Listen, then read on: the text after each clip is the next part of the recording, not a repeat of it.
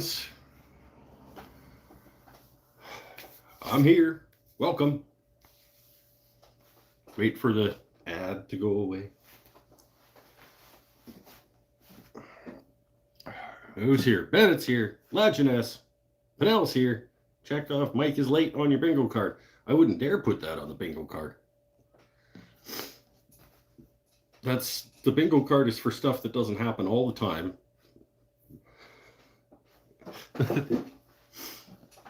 It might as well just be the center box. Mike is late. Might as well just be the middle one. I'm 90% with but to be fair, 90% late, but also 90% of that 90%, I'm within like 2 or 3 minutes. So let's just settle down.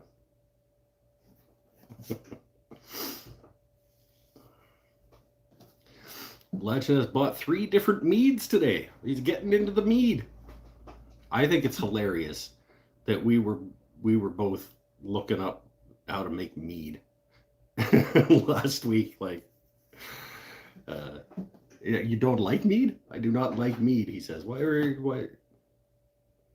So you bought 3 different meads hoping that you would like mead? Actually, you know what? I don't know. I don't know that I'm going to like mead either. I want to assume that I'm going to like it. It's fermented honey. Have I ever actually had mead? I'm sure I have at some point, and I don't remember trying it and hating it.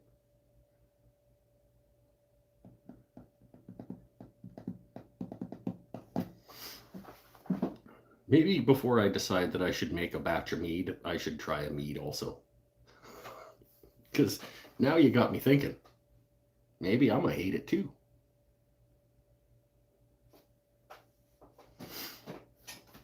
Maybe. I don't know. Maybe a little tipsy right now. I'm going to catch up with you in a little bit, but I'm not going to start right away because I'm going to pull out the router. And router and table saw. Yeah, router and table saw are really the only two. Maybe circular saw, because I'm not as comfortable with a circular saw, like a handheld circular saw, as I am with a lot of other tools. But no beer happens before table saw or circular saw or router. And honestly, even table saw, if I'm just doing a crosscut with the sled or something, there's no my hands are nice and far away and there's nothing that can kick back at me. And so once in a while I'll be honest, I might make a quick cut on a sled on the table saw after a cup, maybe 1 or 2. Router is not a tool I want to operate under the influence of anything. Routers should be scary to you. But respectfully, don't be so scared of it you never use it. But you should be aware of how badly things can go with a router. And be aware of what's going on. Agree, routers scare you. I think that's a good thing. I hope that we are going to get the neck pocket of this guitar routed out today. Plugged in or battery powered circular saw. I have used corded ones, but my circular saw is the DeWalt 20 volt cordless. I'm more comfortable with it than I am with corded ones as well, because the cord isn't flopping around and stuff. Just the action of it seems wrong to me. I'm essentially holding a table saw upside down and the blade is going this way into the bottom of the wood, and just the physics of it in my head, I don't like it. The battery powered one's cool though, because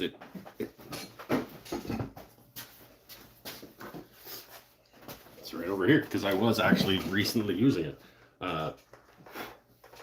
It's so loud noises, but watch how quick this bad boy stops.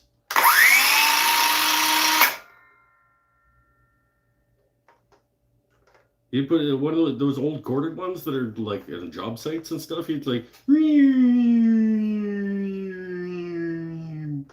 this thing, this bad boy.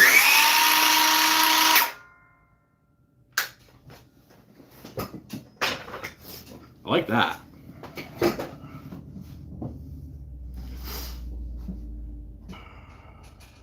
Did I miss anything important? Nah. I suppose that's a subjective thing. We were talking a little bit about safety. Is that important?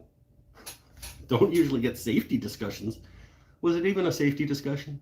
Kinda. I was talking about how I'm not having beer yet because I'm going to pull the router out, and I think that everybody should be a little bit scared of routers because of how badly they can go when they go badly.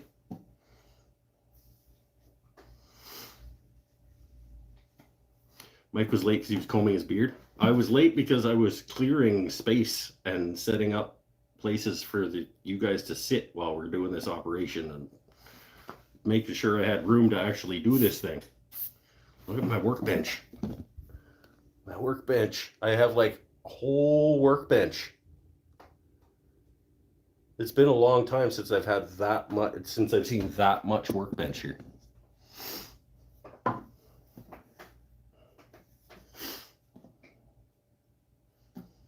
Use the router plate. I don't have it Oh, I do. I have Tyler's router plate, but it's just a mini. That would take a long ass time. If I wanted to start drinking right now, you don't have a router table? I have a yes and no. I have the wing of my table saw filled with essentially a piece of wood. I have a video on my channel about the wing of my table, making the wing of my table saw into a router table. But it's not really a router table. It's basically just a router that's attached, a router base that's attached to the underside of a piece of wood with a hole in it. But for this particular operation, it doesn't really work. I want to see what's going on, what I'm doing, and to have it underneath the piece as I'm routing it. You'll see. You'll see. We'll get into it, and then we'll get it done, and then I can start having beer. Because I was hoping to do a couple of things on the guitar today, and even midway through the day at work, I thought that was the thing that was going to happen. But then we just got annihilated in the last, 2 hours of the day, starting at about 3 o'clock today. We just, it turned into an absolute shit show. And it's not smoking hot in the shop, but it's hot enough that I don't really want to be. I will do some work, but I also want to relax at the end of my work week. So hopefully we'll get the neck pocket routed, and that will probably have to do. My old table saw has a router in the table. That saw is a Delta contractor saw in a table with a Formica top. Oh, sweet. Portable AC. Yeah, but my garage door is so leaky that it would be a very inefficient air conditioning.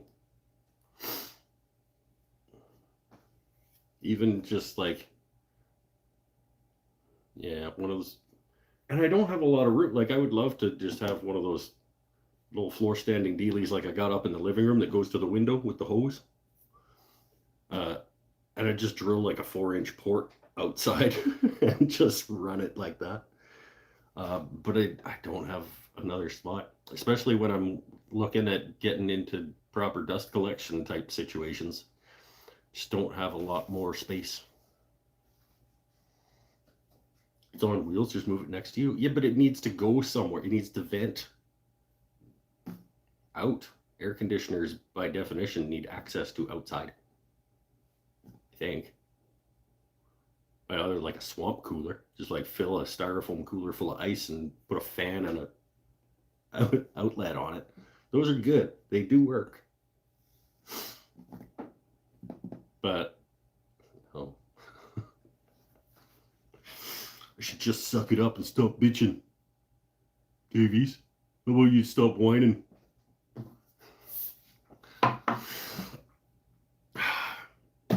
Let's talk about. That's how I know you skinny. I'm not that skinny. I'm skinnier than I was, but I'm not. I wouldn't call myself skinny. I got some heft. Let's get this neck pocket. Fat guy would find a way. Well, maybe I'm not fat then, if that's the definition. Thanks for calling me skinny.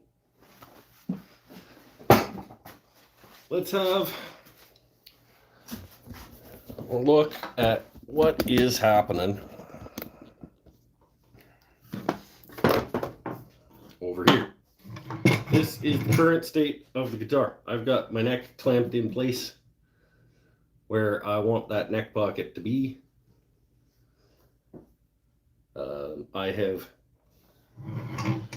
I've lined it up by like clamping it fairly tightly but not super tightly, and then matching the center line up with the center line and the center line up with the center line, and just kind of knocking it around with a hammer until both of those points were aligned properly. So then I've clamped it down. Now it's nice and secure. I've got some pieces of wood that I am going to wrap that neck in and attach to the body so I can take the neck off and give myself a template to route that spot out. This is the only way that I was, how do I do this accurately? And this is how, what I have determined is going to give me the best chance here. So we're gonna do some tape and some Starbond and some accelerator. We're going to go around the outside of this neck.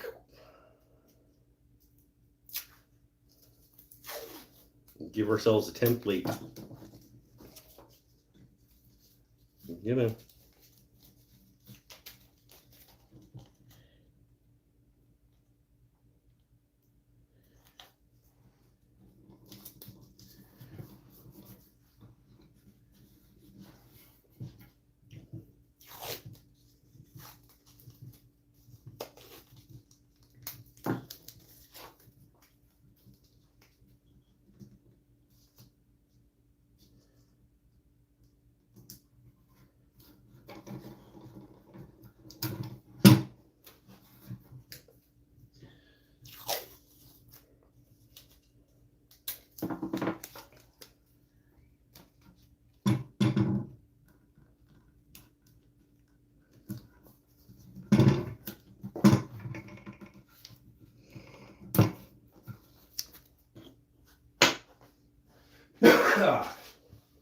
Got my glue already.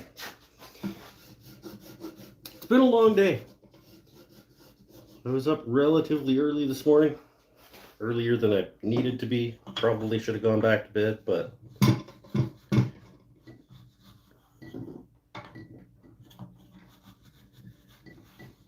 burnish that tape down nice.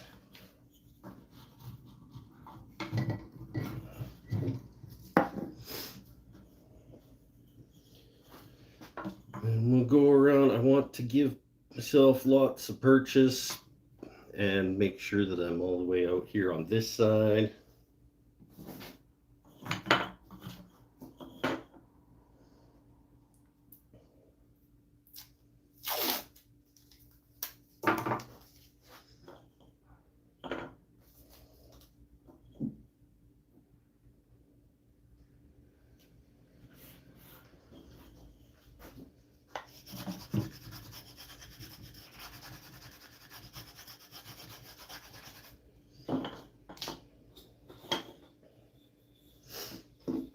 This is probably super riveting. But we're accomplishing things. Yeah, that one's going to go that way, so this side.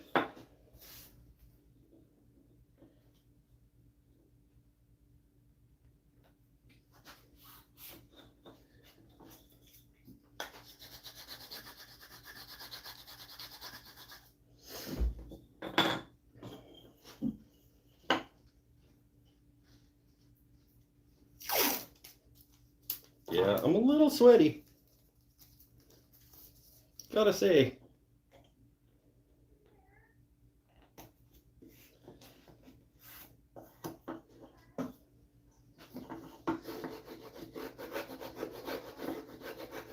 I think I'm gonna do glue on body and then the accelerator on these.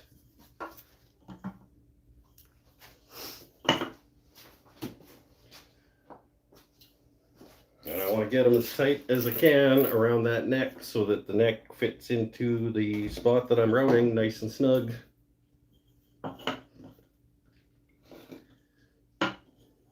In case that's not like a self-evident thing to have to say. The reason I'm going through all of this trouble, instead of just eyeballing this is about right, or I mean, measuring, like, kind of ridiculousness is that?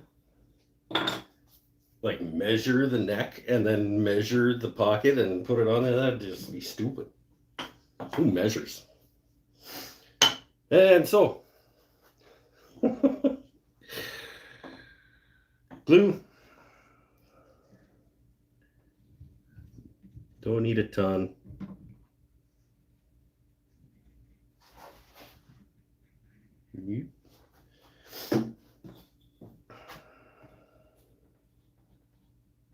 Oh, I did an accelerator. You're gonna have to hold that for a minute. Damn. Meanwhile, that stuff's curing.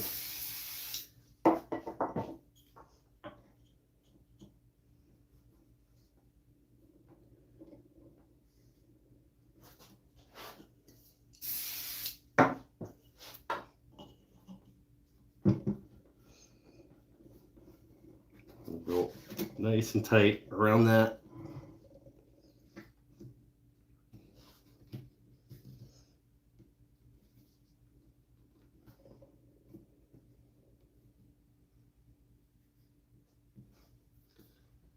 There we go. Now we are surrounding that neck. Give that a second, because even with the accelerator, sometimes I just like to let it wait for that. Just, you know.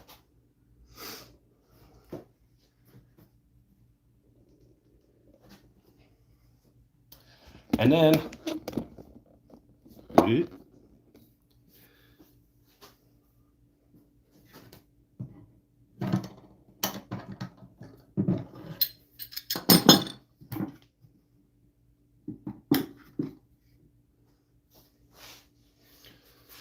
take that out, and that is the space that I have to remove a bunch of material.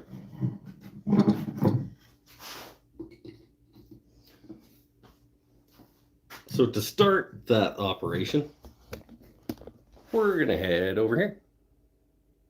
Are you sure you have the right side up before you cut anything? Yes. I am absolutely sure I have the right side up.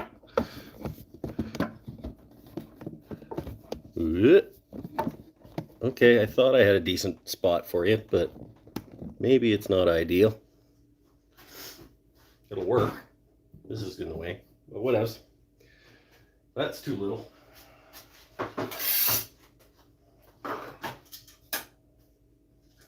Go. That's fine.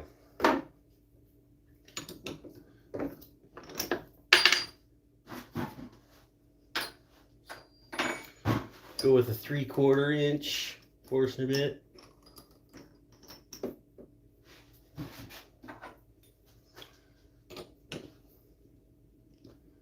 rid of a whole bunch of that.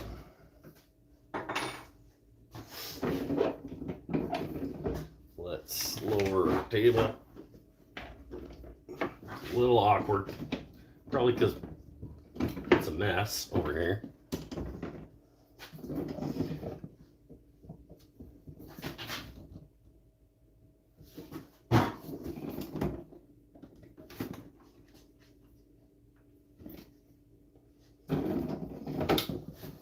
There we go. That leaves me enough meat.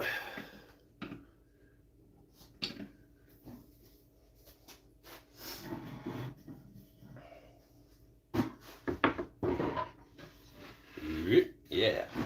All right. We're just gonna plow a bunch of this out. I don't even know why this big piece of sapele is over here. Was I gonna do something with that?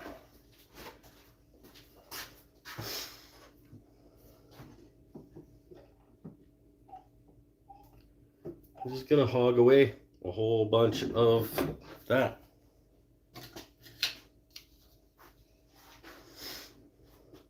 I want to say loud noises, but it shouldn't be.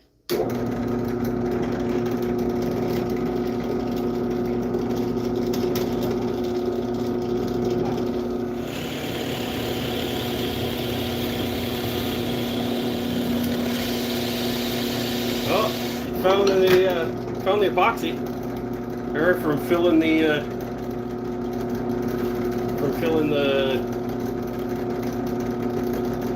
cavity, the pickup cavity that was in the wrong place from the original deal.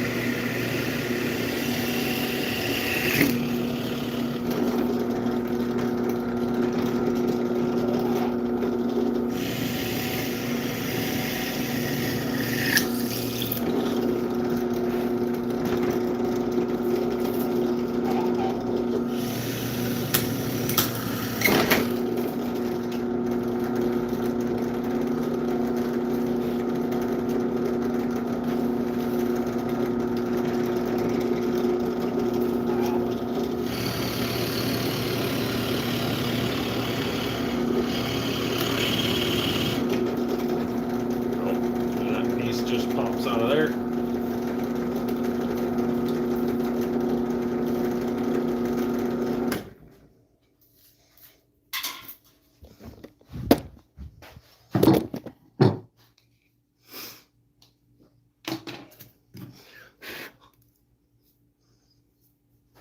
That is not supposed to be a clean operation. It's just getting away the bulk of it.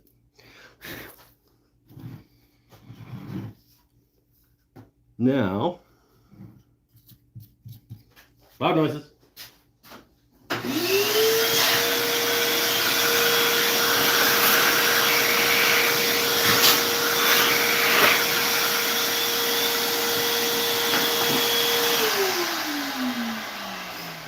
It's going to be even louder noises in a minute,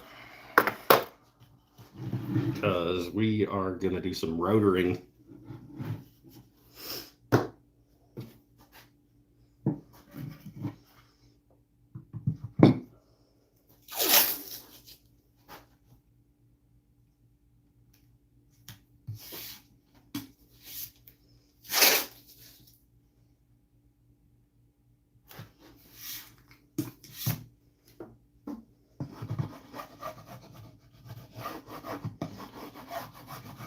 Get rid of the rest of that.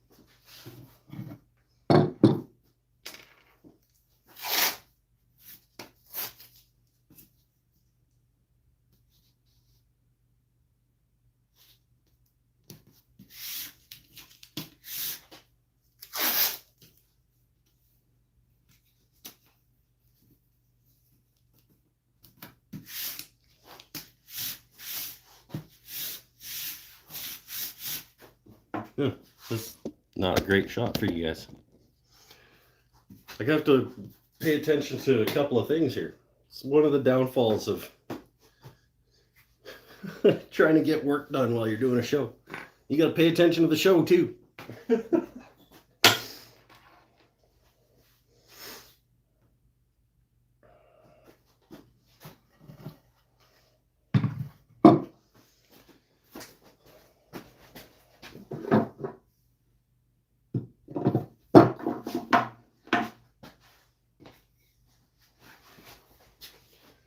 Do one of those too, assuming that it actually grabs in the dog hole, which sometimes it does not.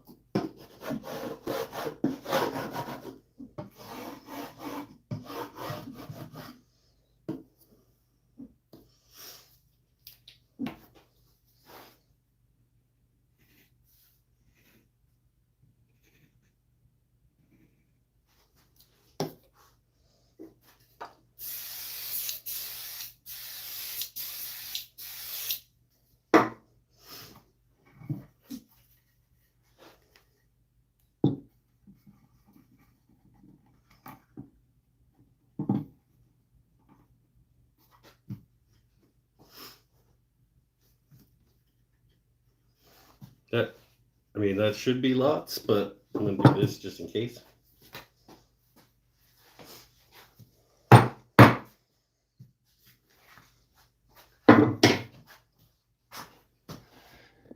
This is gonna get very loud noises for you guys. Pre-warn. We all know what a router sounds like, right? It is unpleasant. I can't even think of a worse sound, worse shop sound than a router.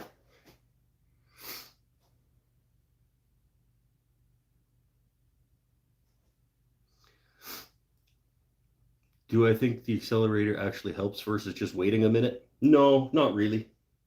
I don't think it increases the bond at all. But it absolutely accelerates. Like, anybody that would try to claim that accelerator doesn't actually work for what it's supposed to do is off their rocker. Because like that first one, I absolutely I didn't feel like I had held it long enough before I had to move on. Turns out that I hope I did. It feels solid. My router, I'm just using my trim router, but I have put a bigger base on it. This is actually the base that I made to do circles. Put a little pin in here, and then I could just do circles with it for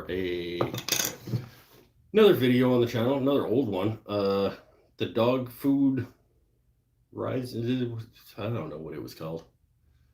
Dog food platform thing. I cut 2 circles out of the top and drop metal bowls in it.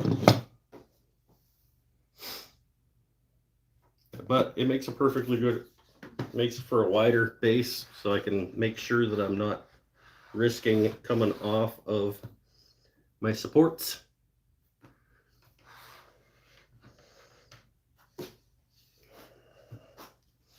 I'm just gonna nibble out away at it real slow, like. Make sure my bearing is actually above the surface that I'm routing, or the base.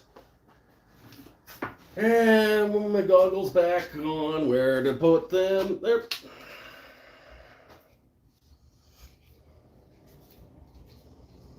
All right, so loud noises. I'm actually gonna put my buds. These are not actual hearing protection earbuds, but I feel like they do something because things aren't as loud when they are in. Freud, it's a Freud, I want to say 1/2 inch by 1 inch pattern router bit. I don't know. I could find the case for it.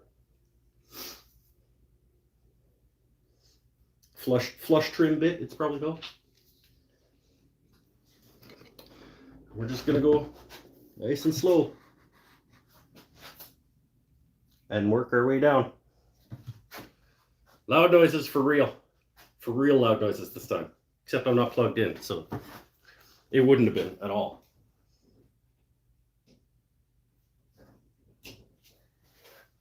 Now it will be.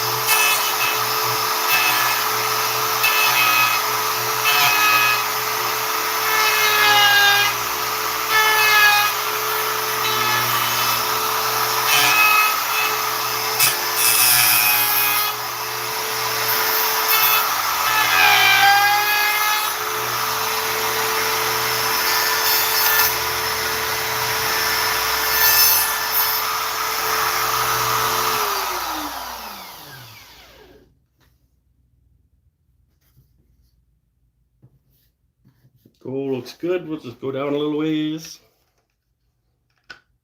Can't go down too much further. I'm actually going to probably have to take this off and put my other one back on to get all the way to the bottom of it. I feel like I'm yelling because my earbuds are in. Hopefully I wasn't yelling at you guys. Go down about another 1/4 inch, and that bottoms me out. Then I'll take this guy off, put this guy back on, and get down the rest of the way.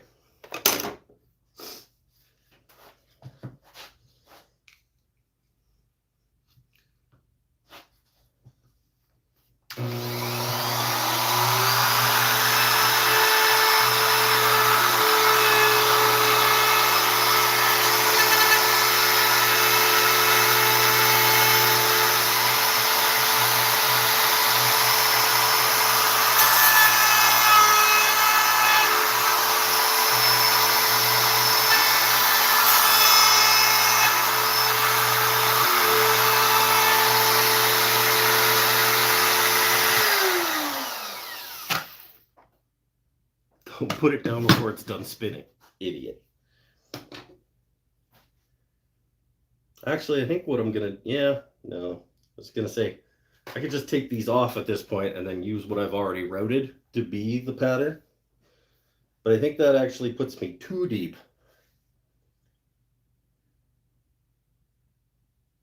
I have another pattern bit that's just like a 1/2 inch guy, but it's a cheap Yonico. Does this even get me low enough though? That gives me another 1/4 inch or so. Yeah, it might actually not do it.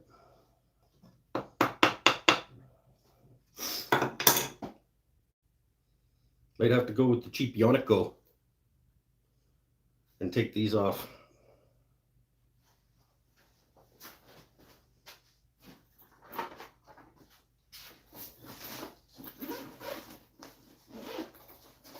Because here on Mike's Wooden Things and stuff, we really think stuff through ahead of time, and we make plans on how operations are going to work. I got, yeah, it's like a little 1/2 inch by 1/2 inch pattern. I only need to get another, you know what, I only need to get another 1/4 inch. Let's start by taking that start by unplugging our router and putting the actual faceplate back on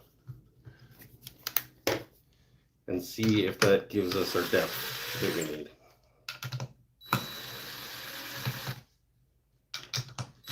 And I am sweating good right now. Oh, by the way, yeah, I lost one of the screws, so I'm only attached by 3 screws. This is not how you want to be operating. I just got done earlier saying like how routers can really mess you up. Oh, but only attach the faceplate with 3 screws if you only have 3 screws. Like, did I just lose another one?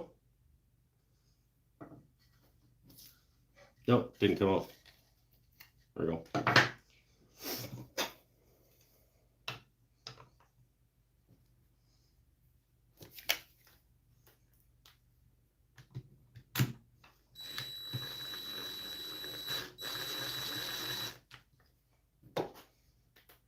Should really take one of these to the store and get it replaced. 3's plenty, right? Don't come here to learn.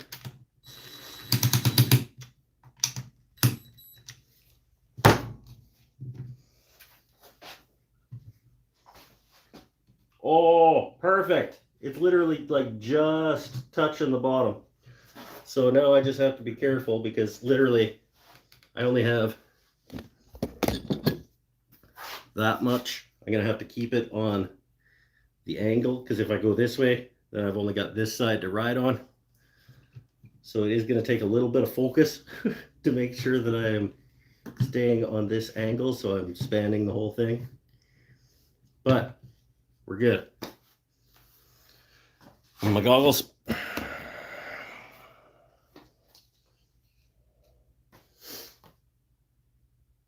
There we go.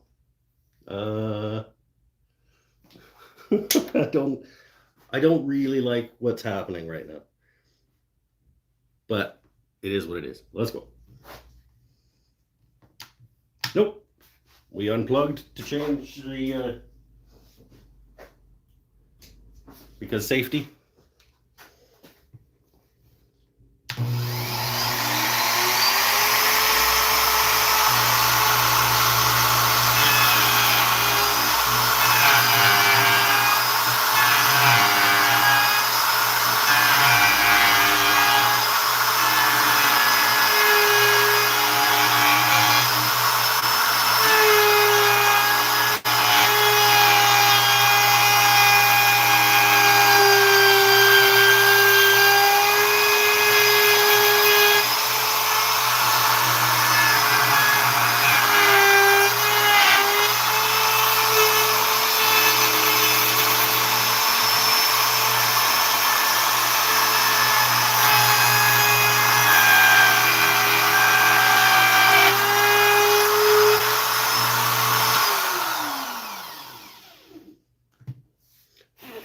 Loud noises.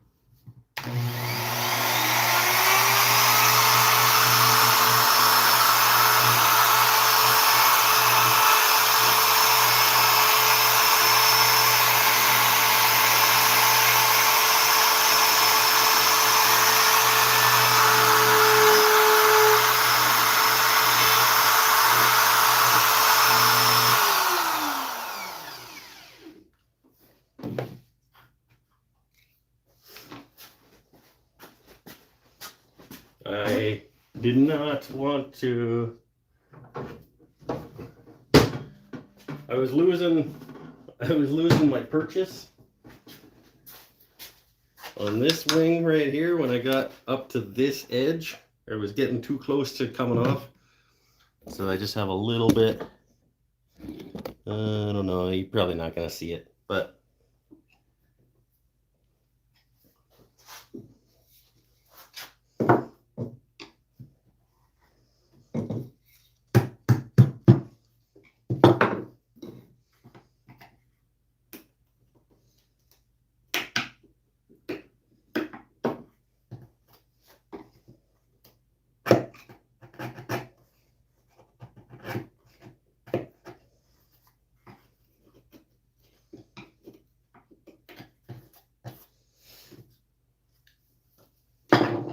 there we go.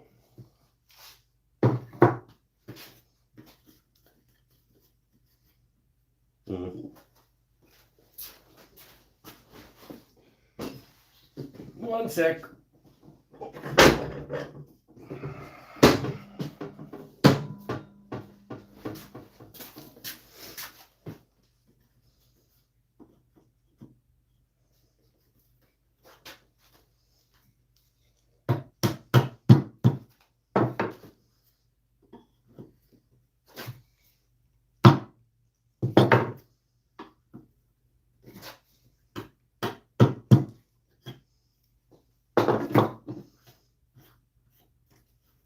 Wasn't right up to the template on that last pass on the inside, but that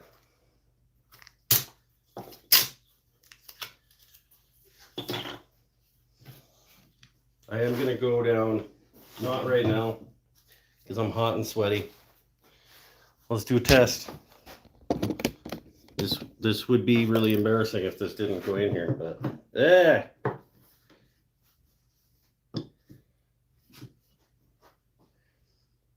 it's not as snug as it could be,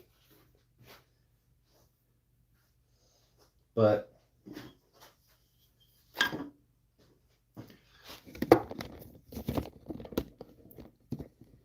yeah, this tripod, come on.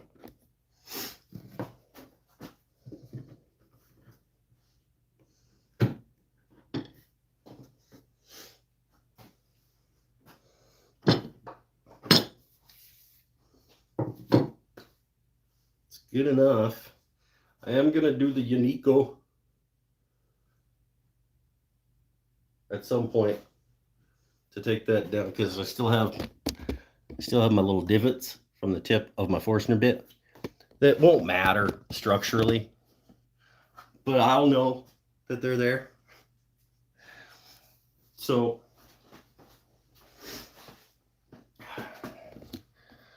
I'll put the Unico on there and just go down another 1/8 to get past those. Still have almost 3/4 of an inch of meat on the back.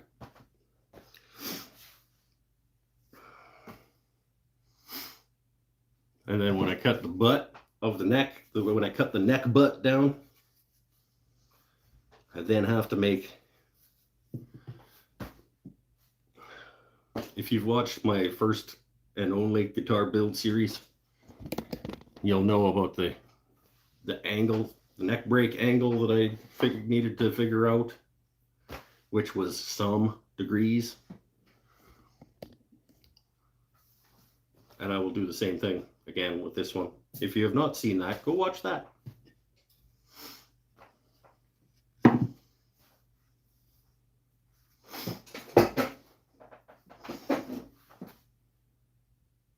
My action is going to be a little bit off. It might, yeah, maybe. At this point, if I just slap that in there, it might be a problem. You're right. And there's still a few more operations to go. Oh, let's just put the Unico on there and just get it at least. I'm so sweaty. Come here, Unico. Yonico. I don't even know how you're supposed to pronounce that. Unplug.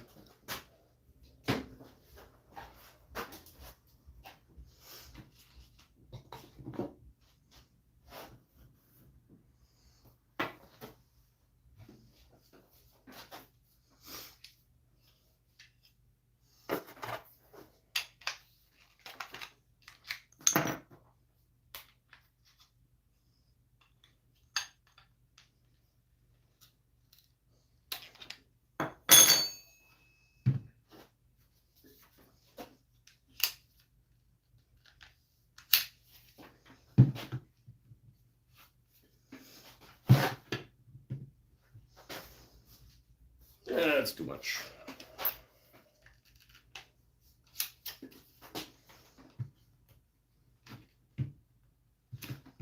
See, you're like right at the edge there. I gotta be careful not to let that bad boy. Yeah, that's real close to wanting to come off it. It won't be too bad when I'm in there, but like right at the edge, I gotta be pretty specific about how that thing rests on there. All right, one go with the Unico. Hopefully it all just doesn't come to shit at this point. Goggles. Might just do in here and then just like chisel that stuff out.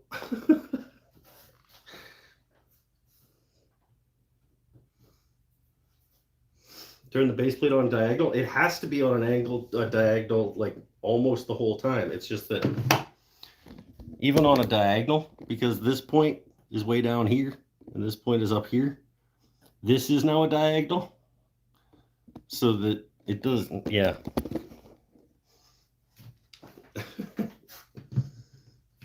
It's not ideal situation. Gotta plug back in though.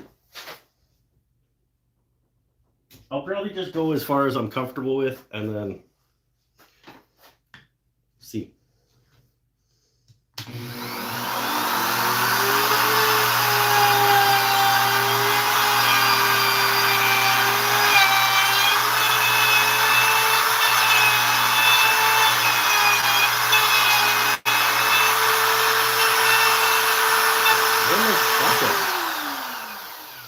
What the hell am I stuck on?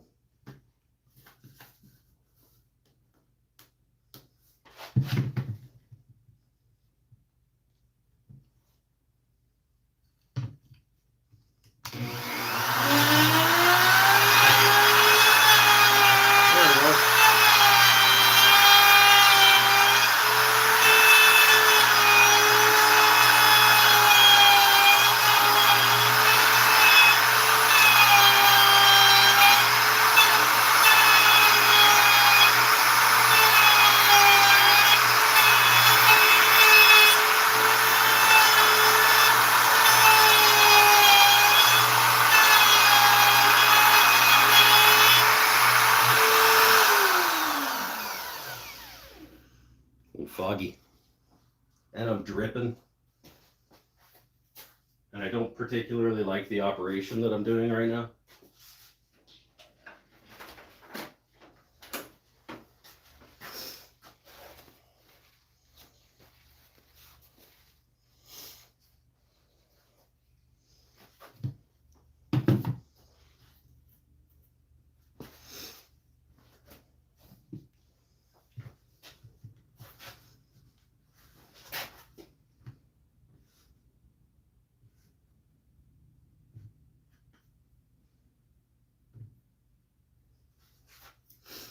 Loud noises.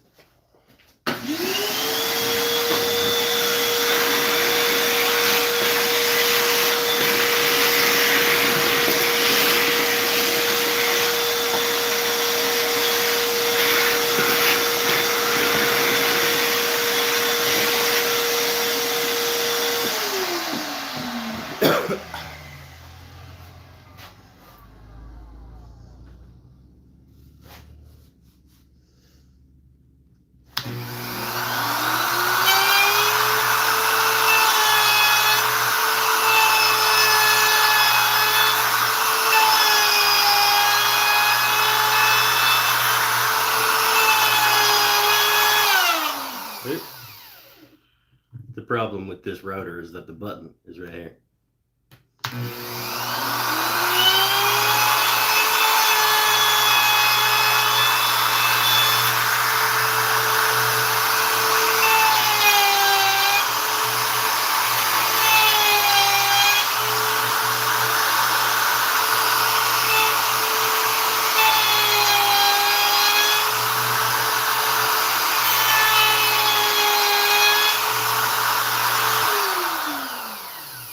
Okay, now what I'm gonna do, even though I don't wanna, is I'm gonna put all of my pressure over here and do like that section, because it is gonna come off this side when I get over there. But as long as I'm riding over here and I've got lots of pressure over here, I think I'll be okay.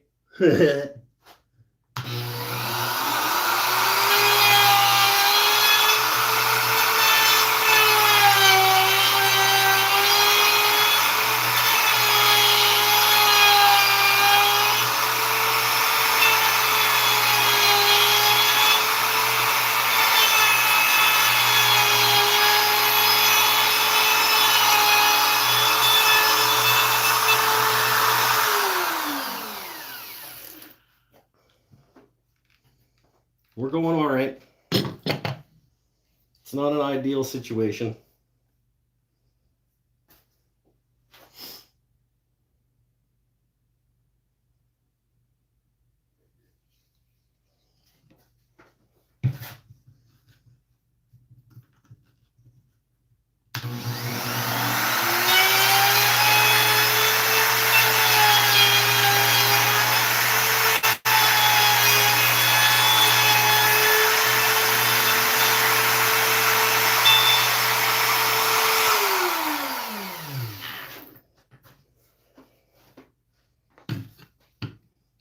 Now it's just this last little bit.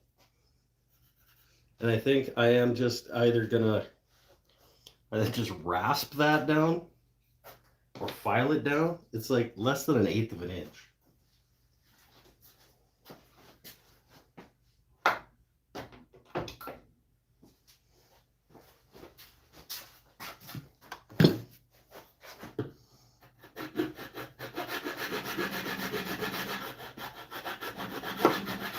Yeah, I'll just do that.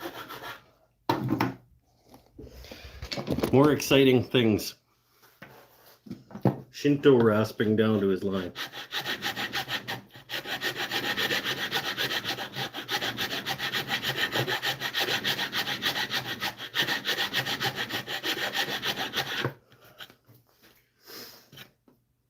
This is not what I wanted to be doing right now.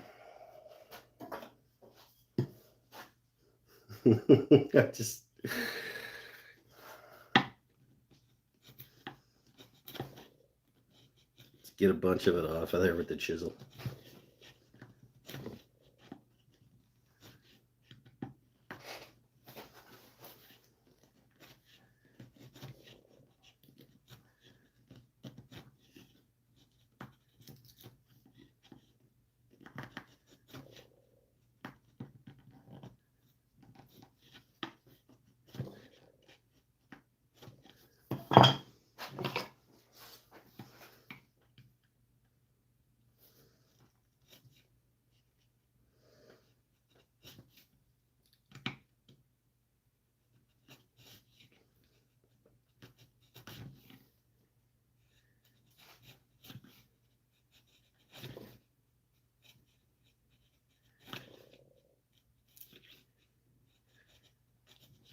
I'm going to be, like I said, I'm going to be angling this later anyway. So at this point, I'm not even really sure why I'm doing this. Because I don't need to be right down to the bottom of where I'm going, because that's not the bottom of where I'm going. Like, eventually I am going to a new bottom past this bottom.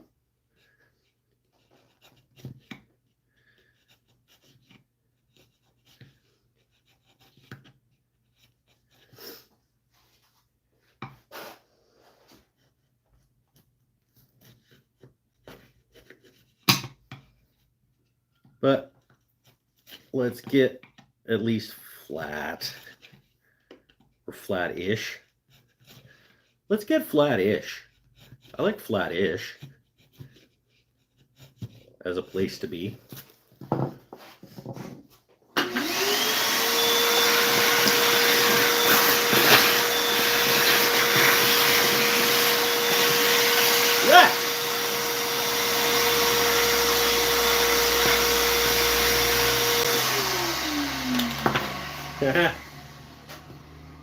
It didn't go all the way.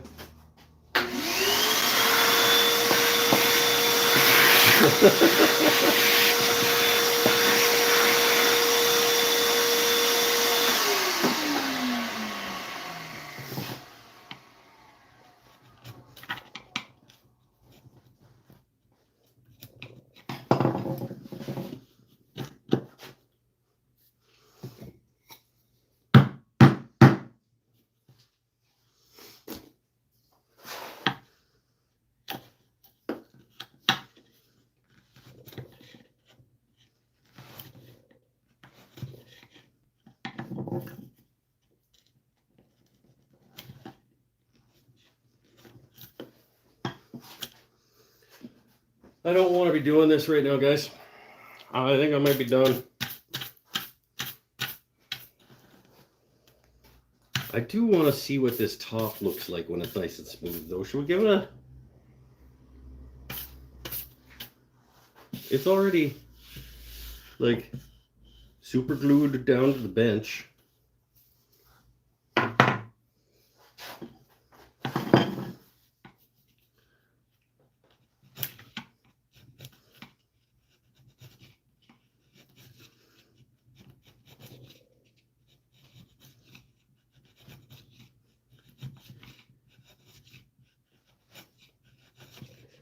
I can get that smooth. That's pretty close. Still a little ridge there, but like I said, this is not the bottom of the bottom by the end.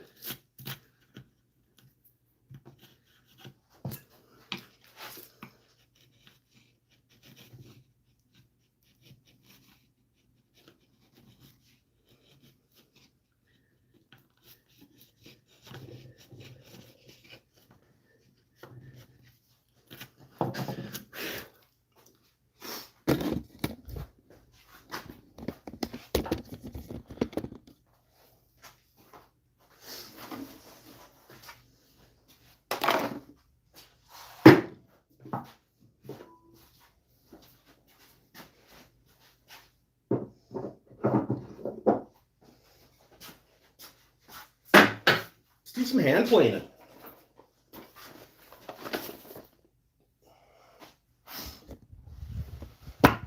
I could have a beer now, though. I'm done routering.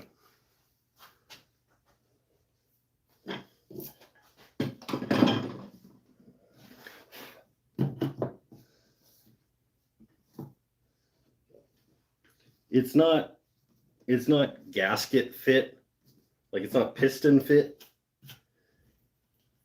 but it's not visible gap fit.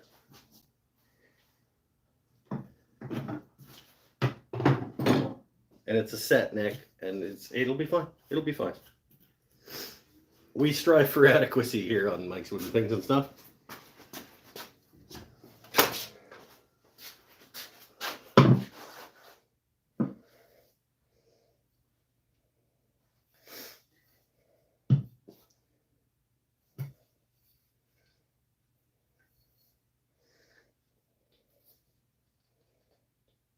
For those of you who say he doesn't ever use those pretty things on the wall behind him.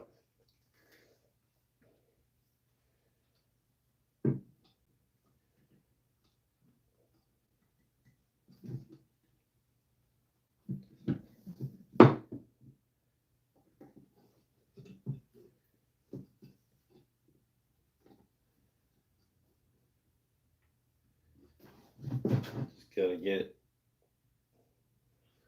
It may have been a little bit because I have to reset it up here, but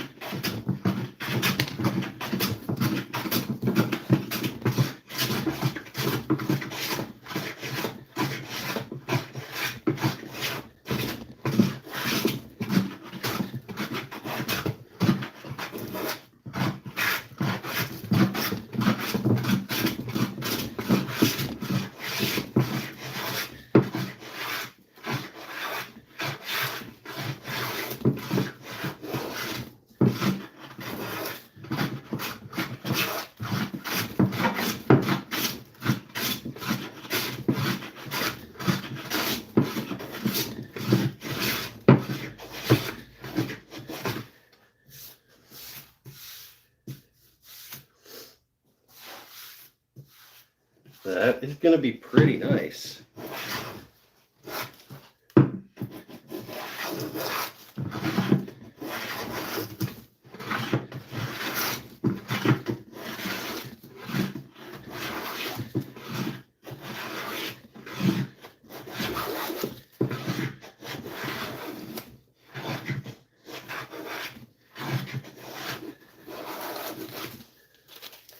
Ooh, that's a nice one.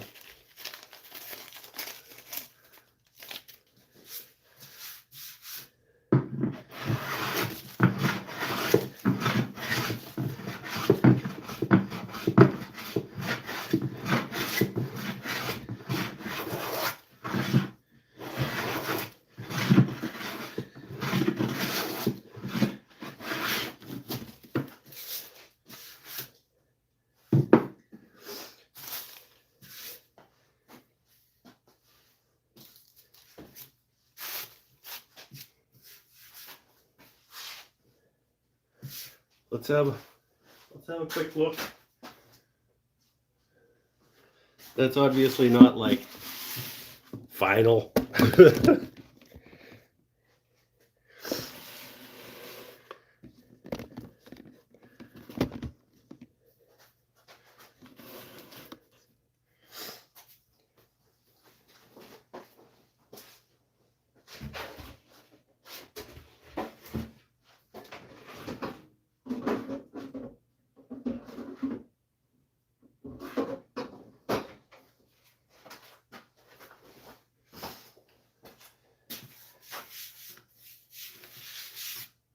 Yeah.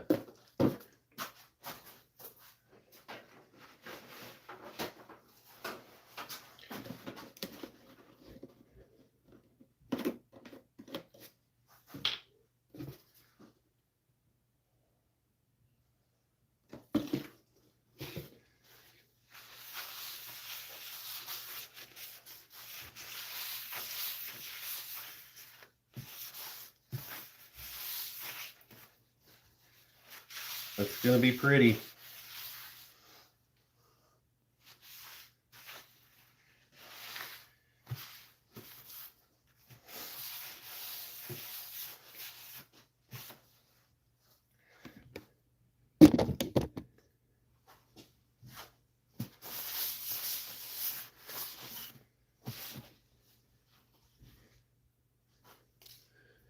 I don't know if you can tell how pretty that's going to be on the camera, but I am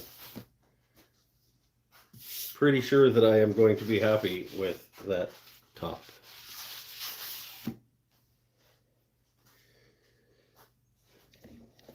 And the Purple Heart. You guys sit back down. Let's take it off the bench. If I can get it off the bench. There we go.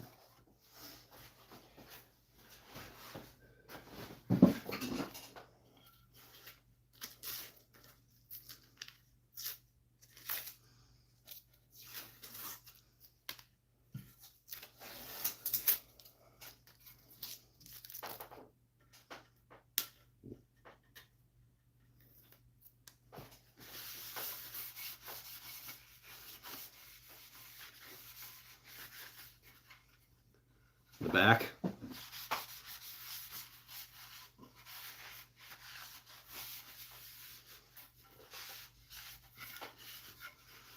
That's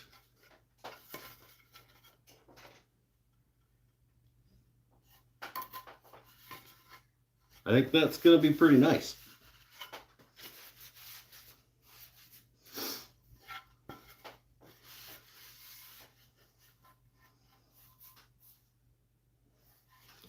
It's like some actual like flaming.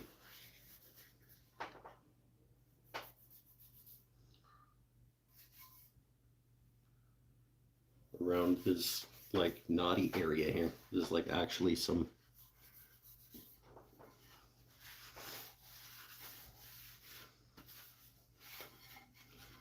like that. That's gonna be cool on that back with that neck in there.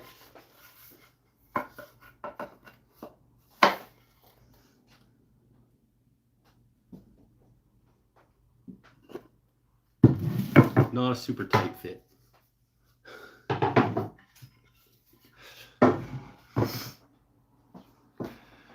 How well does the stripe line up? I'd say it'll be close. I don't know. We'll find out once it gets glued in. Once the neck butt is cut down to size, depth, thickness. The neck butt needs to be cut to thickness to correspond to the depth of the pocket after the angle, with some degrees, is put into it.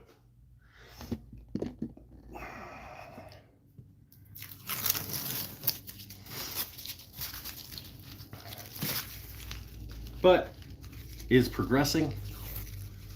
I was hoping that I would get the neck pocket routed when I was planning landing the show.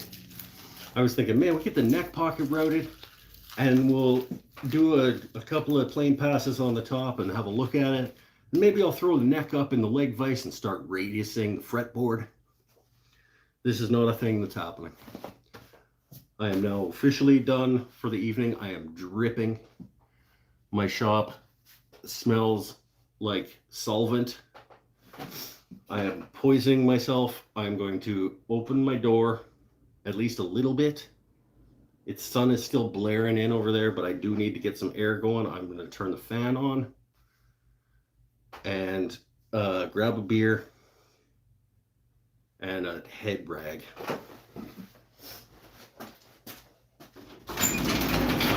So bright, and it's going to get hot if I do much of that. Okay, it can come up that much.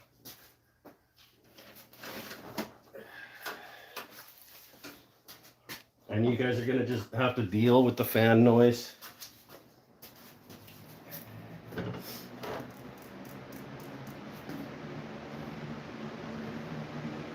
Because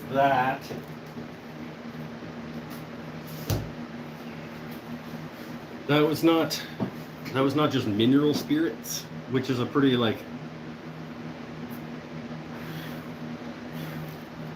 pretty standard thing in most shops. I don't currently have any. So that was Varsol we have here in Canada. I don't know where it lands on the scales of solvents exactly, but it's certainly more potent than mineral spirits when in the air. Anyway, to your schnoz, and probably therefore also to your health. Does anybody know if they have a what the corresponding American thing is in the States to Varsol? Might be like turpentine. Might be a comparable.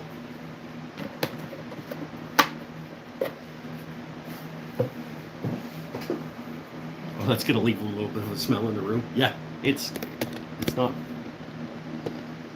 It's called Varsol in Canada. They sell it as a paint thinner and for degreasing automotive and workshop tools. I use denatured alcohol to clean up the wood. Well, congratulations for living somewhere that denatured alcohol isn't illegal.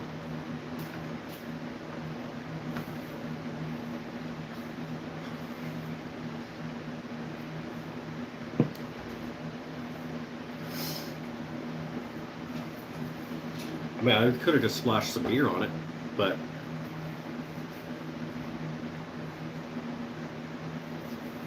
I don't know what to do with that now, though. Like, it's really nice, but I don't want to stain it.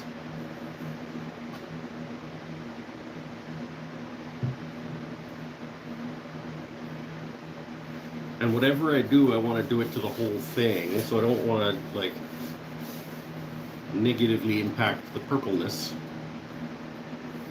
by doing whatever I do to the top. Yeah, I'm gonna have to think on my finish a little bit, I think.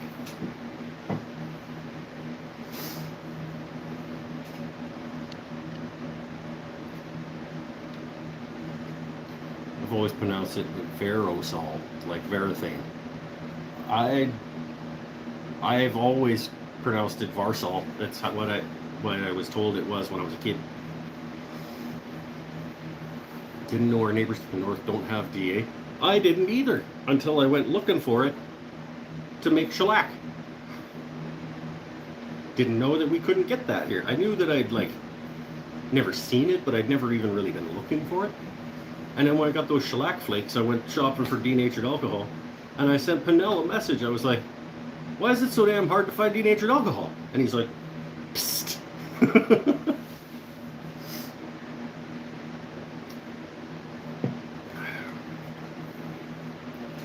Varsol, according to the interwebs, it's basically mineral spirits. Well, I don't know what they do to it to make it smell so bad then, because I have the Varsol lives with the mineral spirits on the shelf at the store. Mineral spirits doesn't smell like this.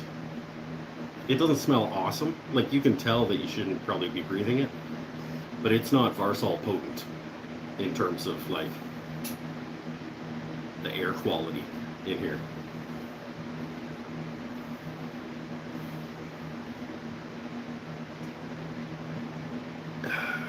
Keep you from drinking it? Well, it'll kill you.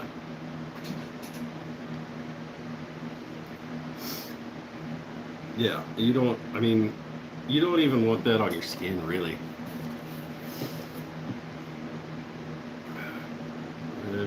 Wear rubber gloves. I don't know, I think you might melt rubber gloves with this. Only using a well-ventilated... Here's Mike following the directions on the bottle.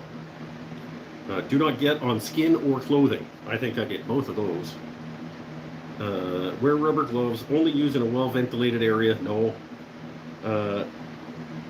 Or use an organic vapor respirator. No. Keep away from flames. So far, so good. I've done that. Any object that sparks, such as an electrical motor. Can't promise that it's not anywhere near an electric motor. Wait, for first aid treatment, it does say contains mineral spirits. If swallowed, call a poison control center or doctor immediately. Okay, yeah, this is a registered trademark of Imperial Oil Limited, and it contains mineral spirits, but is not mineral spirits. Contains, I think it's like mineral spirits with additional poison.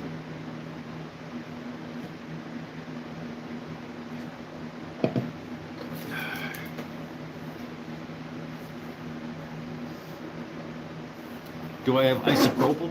I don't currently, but yes, we can get isopropyl alcohol. The last time we went looking for it for the shop down at work, I could only find 70%. I know you used to be able to get 99% isopropyl, but that's what I went to go purchase for an art project that we were doing, and I could only find 70.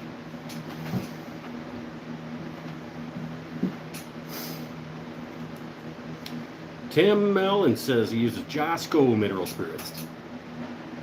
It's odorless, in quotes. It does have a distinct smell when using it.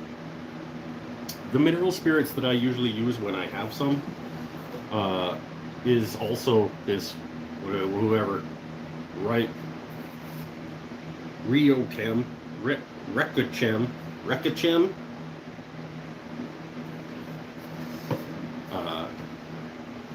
And it doesn't smell anywhere near as bad as that, and it does not linger anywhere near as long as that. And I just kind of splooged it all over the damn place, so that doesn't really help any either. Imperial, so it's from Alberta. Tar sands, probably. I don't know, it's premium quality Varsol. But I mean, the Varsol is a proprietary, like it's like Kleenex. Like, you can get non-Kleenex tissues. But this stuff is like an actual like trademark. By my understanding. Man, it reeks in here though.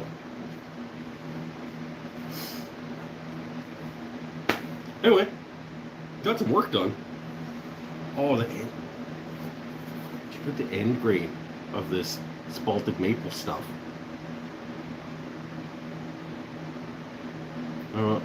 That's coming through.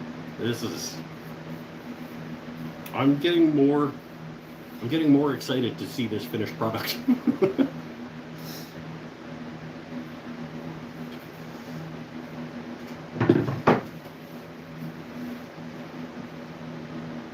Have you ever used xylene? I have not. I don't think I have.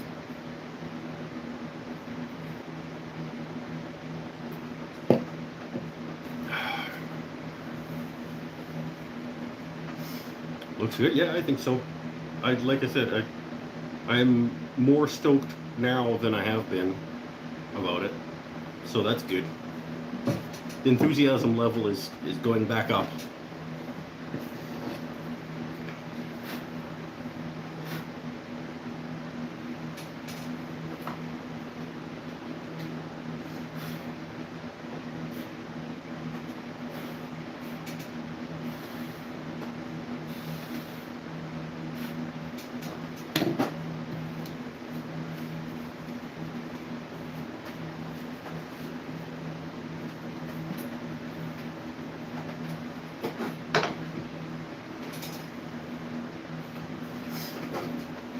The finish is the question. Look forward to what you decide. The finish is the question. Originally, I had thought let's just leave it au naturel and just like maybe a hand rubbed oil finish or a lacquer again, like I did with the last one. I want to figure out some way to accentuate the grain in the top a little bit without just like having the grain overwhelm everything. But I want to do one thing to the entire guitar.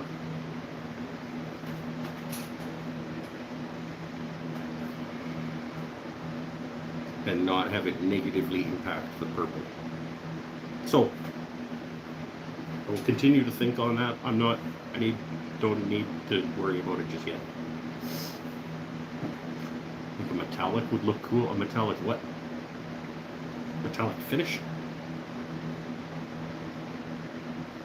Don't understand. Black metallic?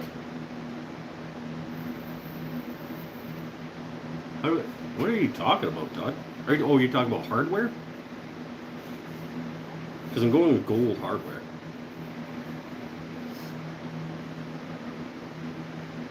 But yeah, black would look sick. But the only black hardware I have is reserved for the walnut and rosewood guitar.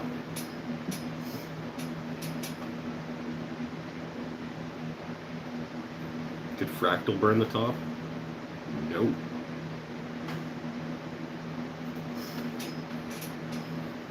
I'm just gonna say no.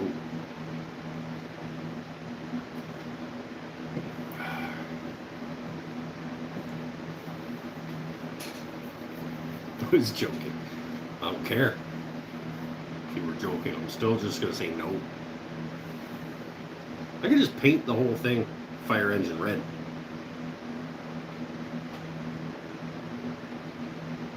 Or, better yet, Mikey B, are you still around? What's that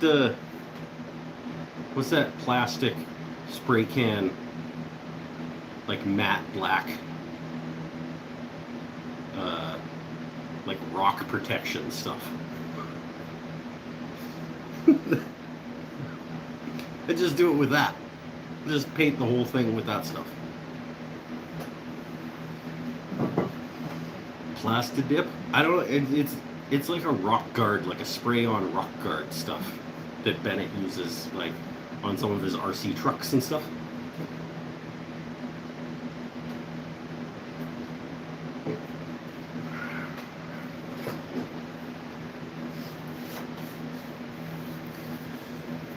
Why don't I just heat my house with it? I don't have a wood stove. I could just throw it in the backyard fire. I could just like, nah, I don't like it. I don't like it. Just chuck it in the fire pit in the backyard. Make some hot dogs.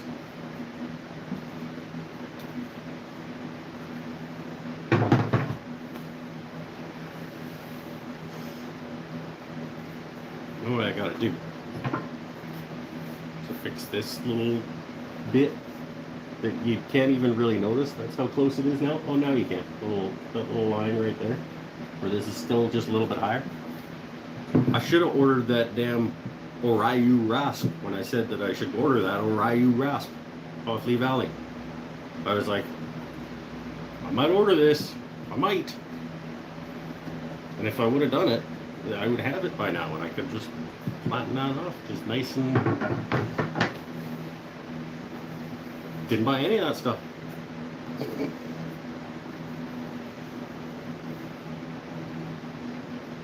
can see that ridge all the way from Florida.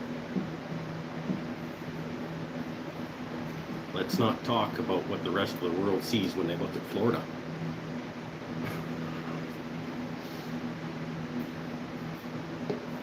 No. Let's talk about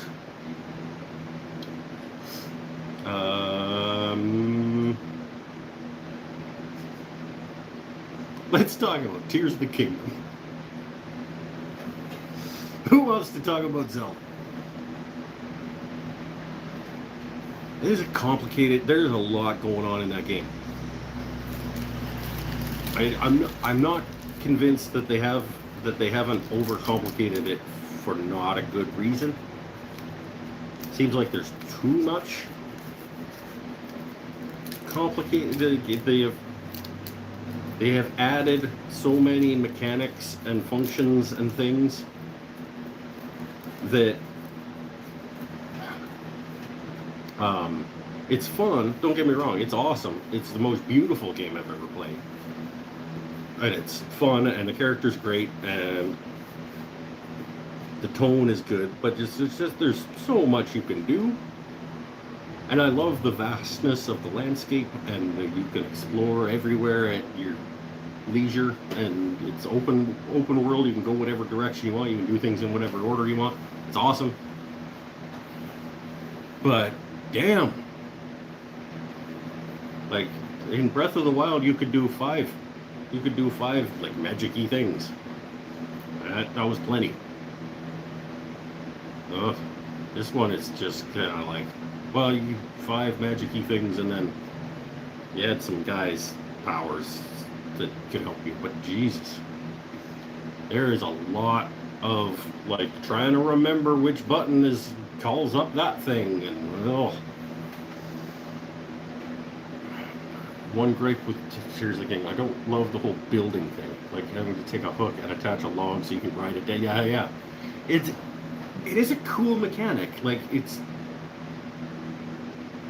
and as long as I think there are too many times where you have to use it in order to accomplish something. I liked in Breath of the Wild where there were almost always numerous ways that you could accomplish what you were trying to do.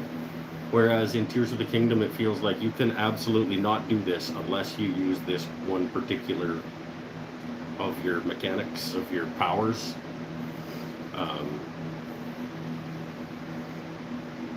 But I don't know. The jury's still out. It's still super early. I'm only, I don't know,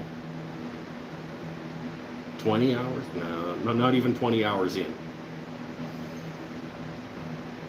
And this will absolutely be a 200+ hour game. So we'll see. There are also a lot of things that have been yet unexplained. If you played Breath of the Wild and now you're playing this, there are a lot of questions that I'm like, I hope these come up in some conversations.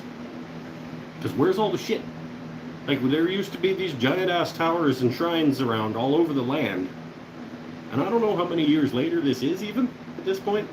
But there's no sign of these things that were, like, pretty prevalent.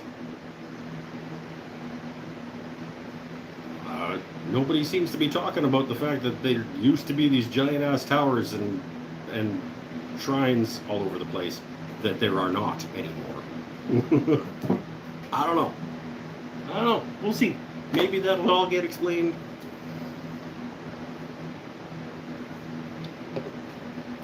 It is fun.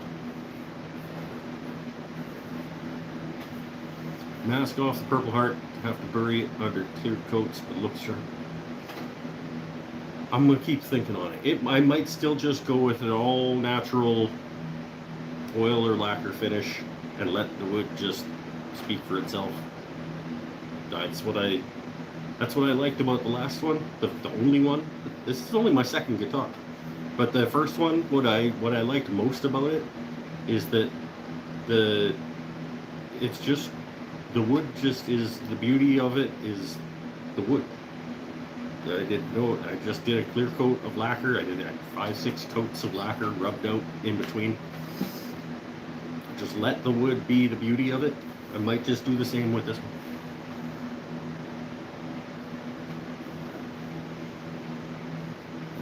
Switch tells me we did 160 hours on Breath of the Wild. I don't know what we did on Breath of the Wild, because in order for you to get that information, apparently you have to have like a Nintendo account connected to your profile or something, and I do not.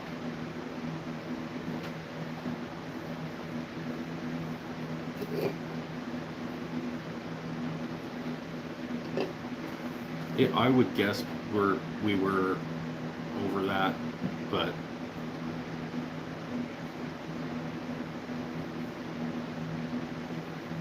walnut oil and beeswax. Maybe I'll do. Yeah, maybe it'll be like a Danish oil or a tung oil or something, and just like, which is basically just a wipe-on polyurethane.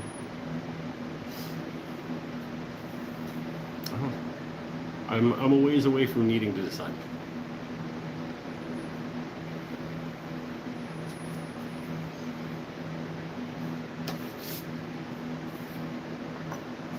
Not too far away though. Like, it's coming only. I think we're over halfway done the guitar now. Radius the fretboard. Shape the neck. Drill some holes for hardware.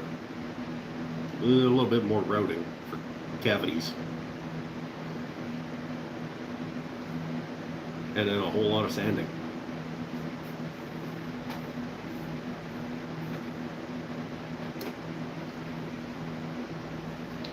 At some point I gotta take the neck down to my boy Tyler Peterson, put some frets in it for me, because I don't want to do that again.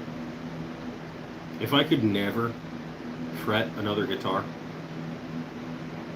if the next time I fret at a guitar, it'll be too soon.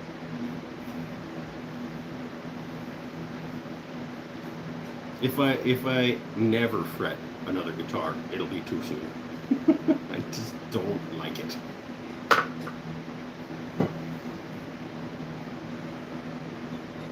Still waiting for you to do a glass-like coat of epoxy on one of these guitar bodies so you can polish it up like crazy. Well, keep waiting. I don't even think you need to do like a really thick ass layer of epoxy to polish something. Like, you could do a French polish with shellac and make it super polished and shiny. I don't really want really shiny. You make your own guitar.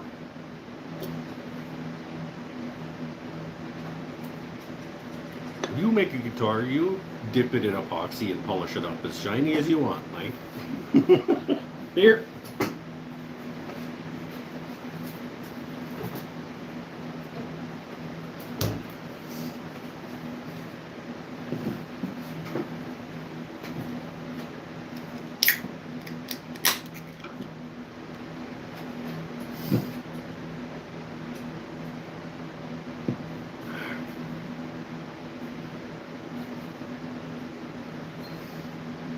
Don't wanna.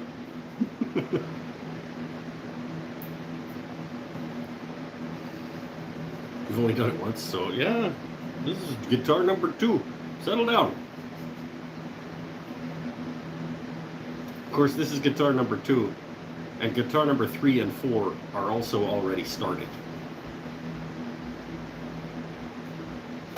fucking idiot.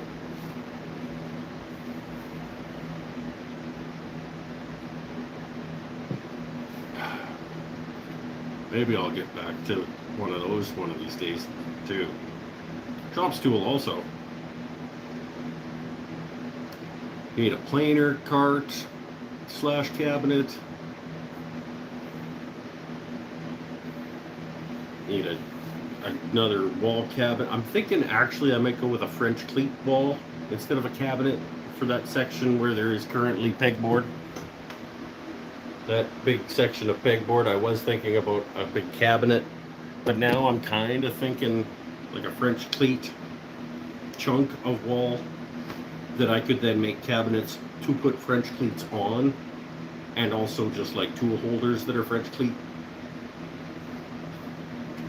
and then have it sort of be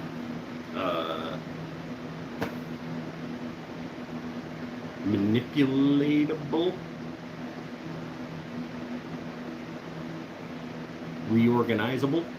I can move, shimmy things around and still have like some little cabinets with a French cleat on the back, and a little tool hanger with a French cleat on the back, and a chisel rack with a French cleat on the back, and just whatever needs to go up there could all just have French cleats, and I can move them around and make them.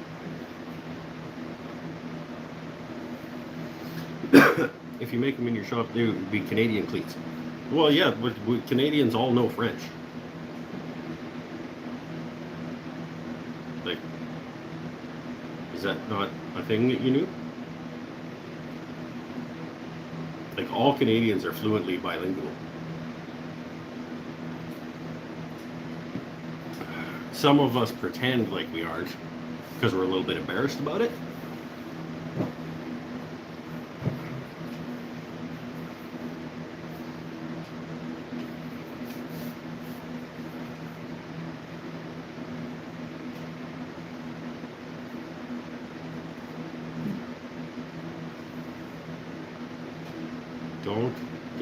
They won't understand, Chris.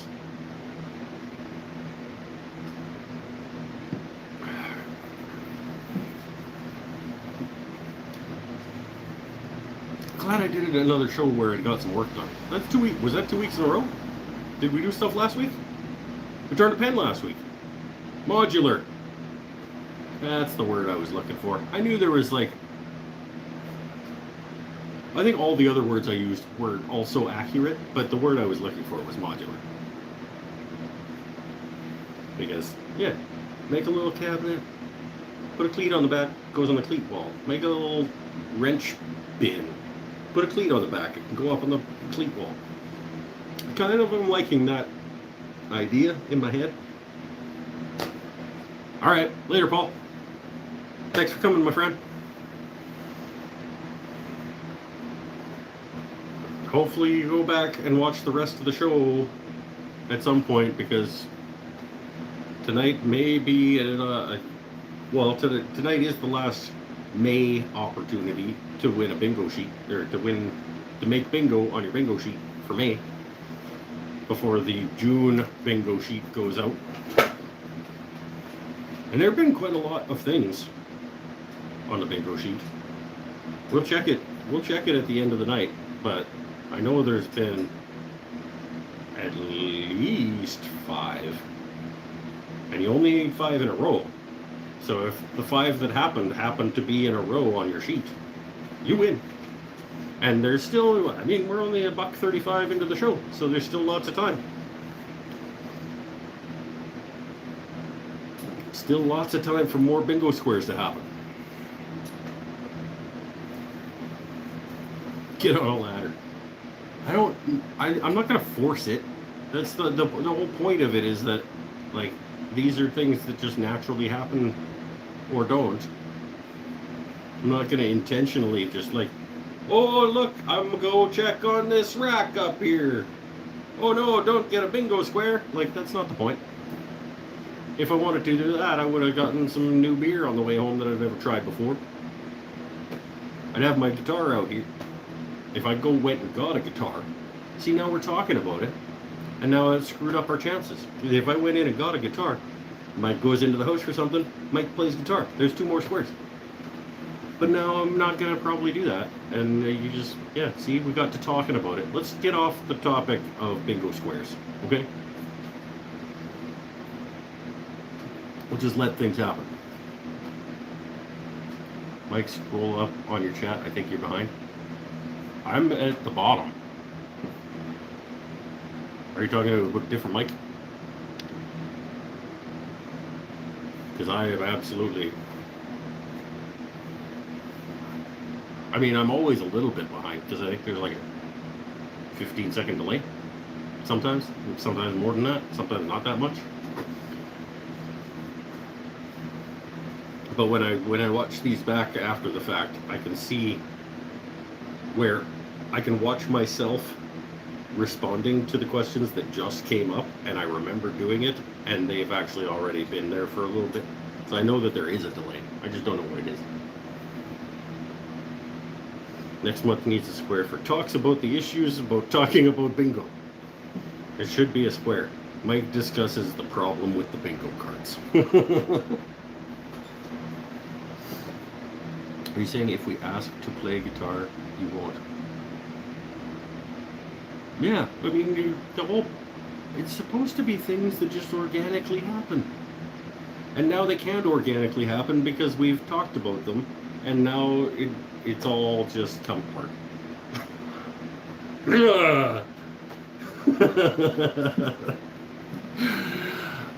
See what I did there?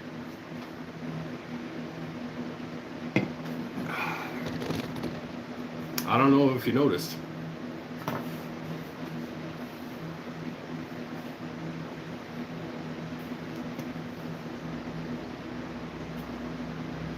I do need some more bingo squares though. Because when I wrote down my list of things to put on the bingo sheet, I think I only got to about 28, 29 things. So that means that all of the bingo cards, and I actually only did use 25 of them, so everybody got the same squares, just in different places. I want to get like 40 squares worth of stuff, so that not everybody gets all of the same squares, just in different places. We'll see. It's all kind of just for shits and gigs and give it a try and see how it goes anyway, but there's actual prizes. And if nobody wins tonight, like if nobody wins from this show, next month the prize is doubled.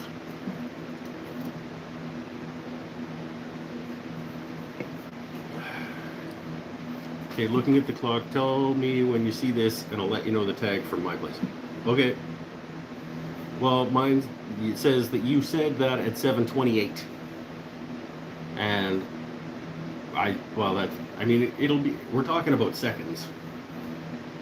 So, how much for you to make me a pen if I send you a Bloodwood blank? The shipping cost back to you and $10. Sounds okay. It's gonna end up costing you a bit. Because I mean, even if you send it to me for even $5 and it costs me $5 to send back to you, I mean, that's not too bad. But it'll probably cost me 10, 15 to send it to you.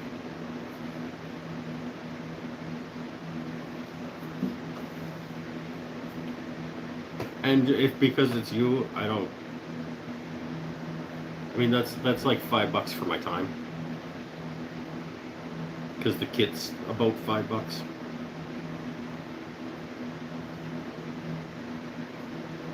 Put my address in Patreon. Okay. Well, yeah, we'll figure it out. I mean,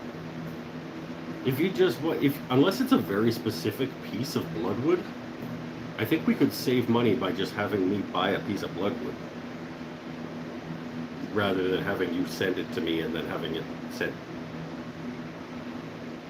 We'll talk about it. 25 US sound good? Yeah. I mean, Especially if you sent me a piece of bloodwood, 25, yeah, because that's just free. That's hardware and my time. That's more than I asked you for. You're better at business, Mike, than I am.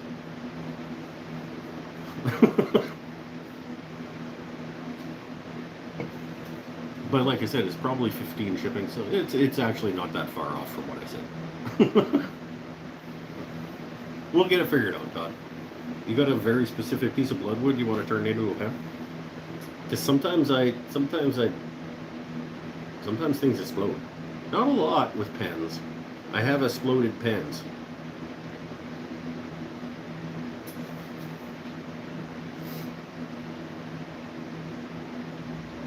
The ratio is really high though.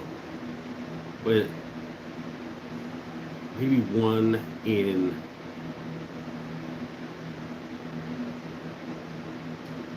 80 at this point. I probably have exploded 1 in 80 as the ratio, give or take. Because I'm well over. I'm well over. I'm probably pushing close to 300 pens. I couldn't even. Yeah, I'm not lying when I say that. I'm well over 200 pens, and I think I've maybe blown up 3.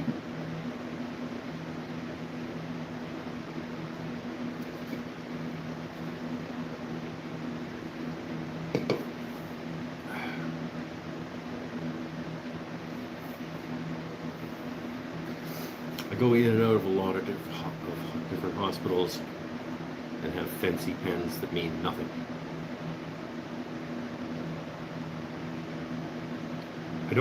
Are those two things connected? That you go in and out of a lot of different hospitals and you have fancy pens that mean nothing? I'm not getting a connection there. What do hospitals have to do with fancy pens?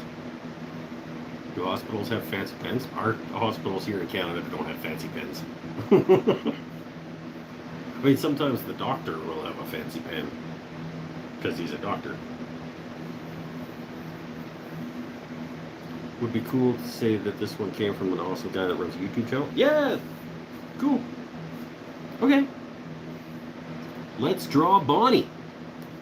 Yo! Welcome, Let's Draw Bonnie. I hope your name is actually Bonnie, because that is what I am going to call you. Because every time I say your name, I don't want to have to say Let's Go Bonnie. Let's Draw Bonnie. No, you are Bonnie now. If that is not correct, let me know. I am relatively good at remembering what people's actual names are when they have screen names that are not that. Don't use gunmetal in case he forgets it near an MRI. I don't think that's how it works.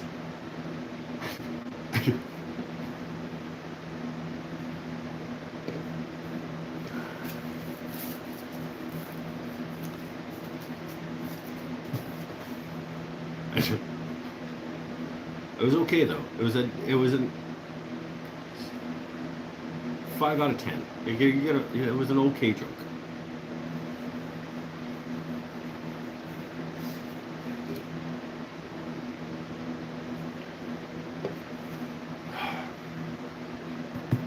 Has everybody hit the thumbs up button because you're extremely enjoying yourselves?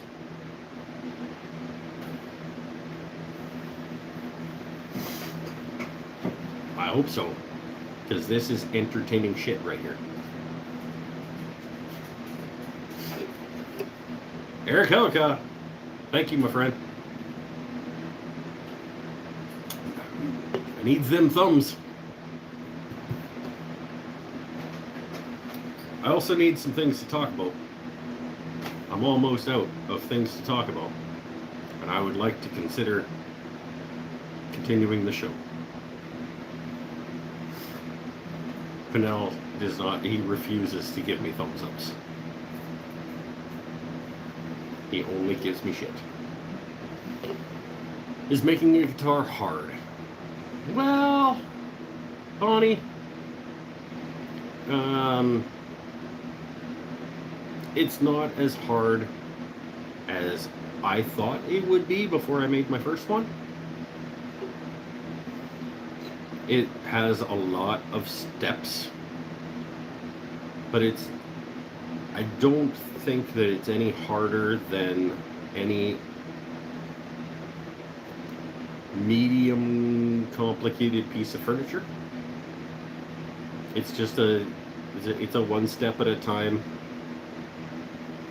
There are finicky parts. Working with metal is not my favorite.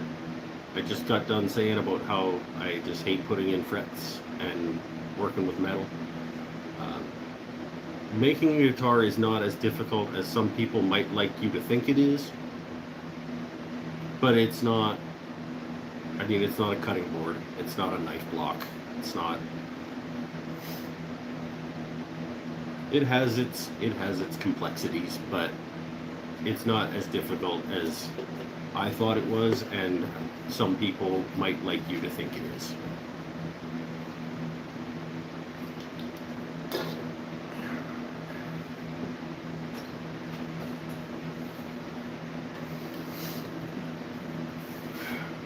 Do you have any tips? You plan to fix yours? The neck is starting to separate.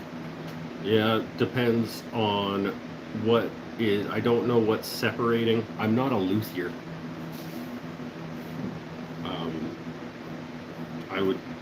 I would say I'm not the right person to ask, but I do know a few things, but I would need more details about what's separating from what and what your goals are in attempting to repair it.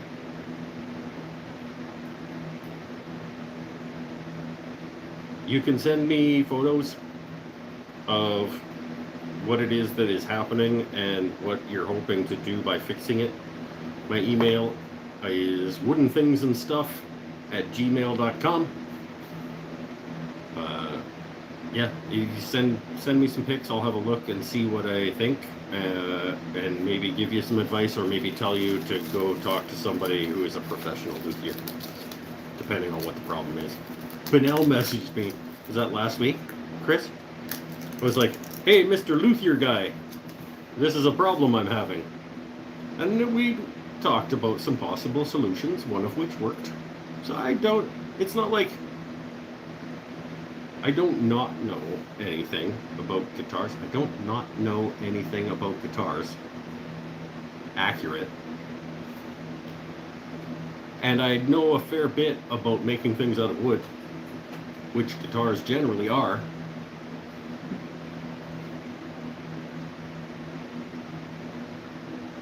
So, yeah, my knob was wiggling. Mike helped me fix it.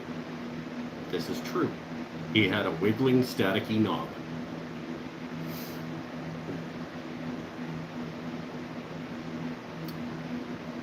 And I helped him with his wiggling, staticky knob.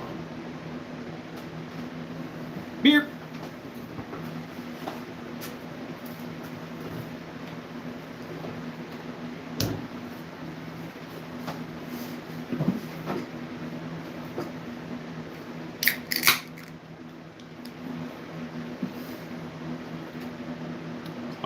The price is what makes them so expensive. Oh, what? Oh, what makes some guitars so expensive? Well, capitalism is a big reason.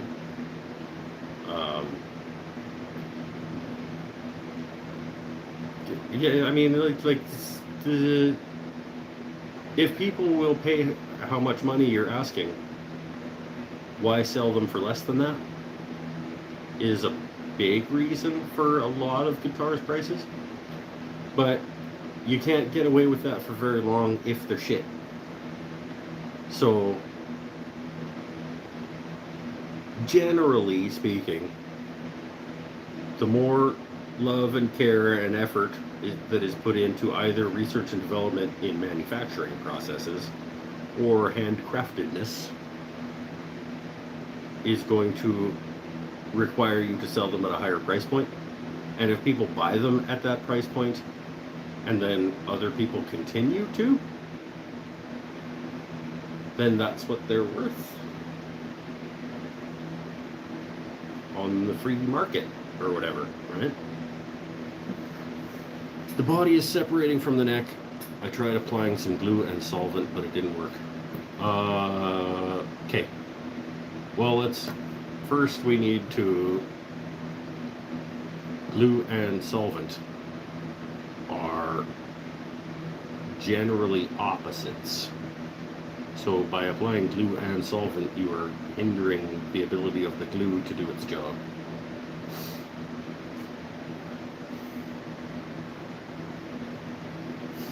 If the body is separating from the neck, what kind of guitar is it? Is this an acoustic guitar? In which case you are talking to the wrong man. And if the body is separating from the neck of your acoustic guitar, you need to probably take that to a luthier. It's an acoustic guitar. This is not probably something you want to take on by yourself. If one of my acoustic guitar necks was separating from the body of the guitar, depending on how bad it was and how much I liked this guitar and how much this guitar cost me, there's a lot of factors.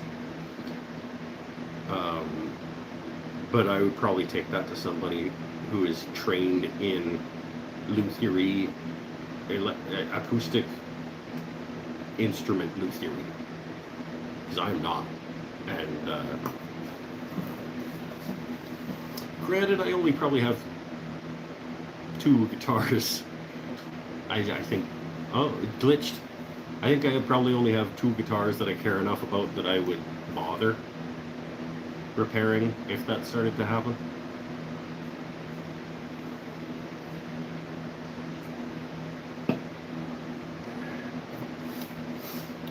Electric guitar necks use mechanical fasteners while acoustics are generally glued.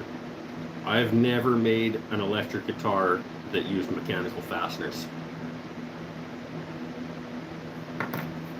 Every electric guitar I've ever made has been a set neck guitar with no mechanical fasteners, as will this one be.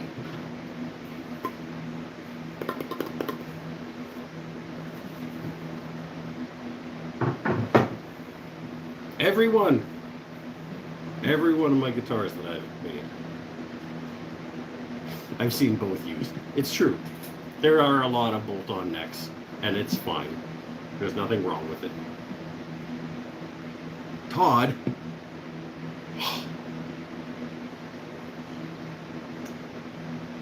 I was not lying. I try not to lie to people here on the show. Every one of the guitars that I've made,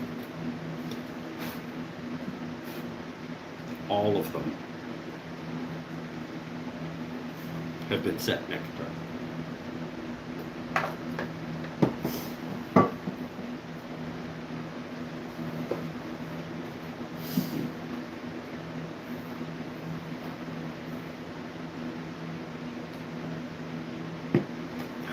What else should we talk about? I don't want to go just stand on a ladder for no reason. I have a guitar in the truck.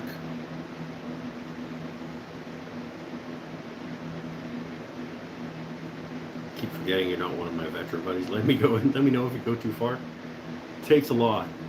But let's just say that this show, if you're not getting religious or political,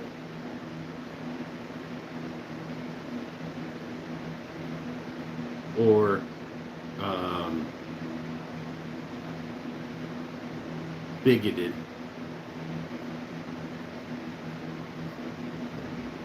go at her and you can get on me however you want. I mean, you'll know if you cross a line.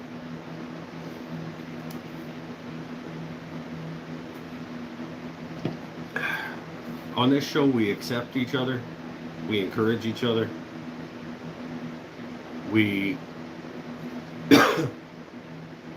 we welcome each other into the space, and we're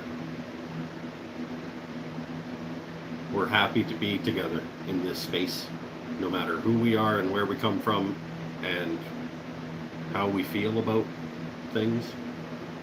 We can all just have mutual respect for the fact that we like each other, like that we are who we are, and that's enough.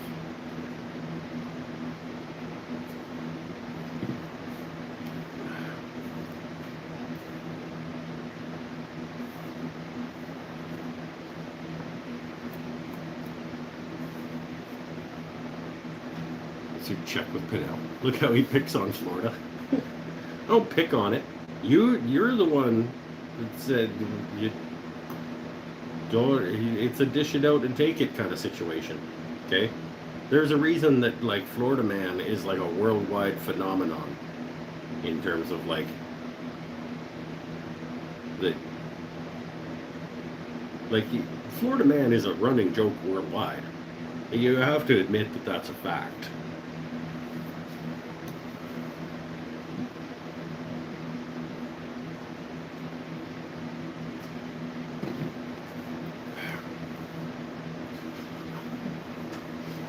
And also, you guys intentionally live in a place where all of the fucking hurricanes like target, like they hone in on you, and you just live there anyway.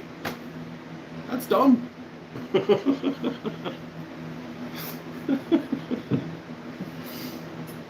wasn't born here, just lived for 62 years. Well, you've had 62 years to decide to not.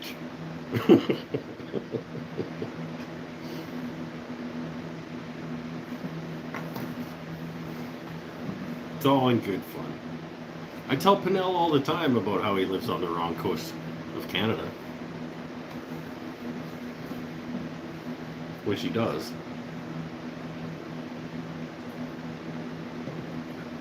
They get hurricanes and shit too. Oh, I'm sorry.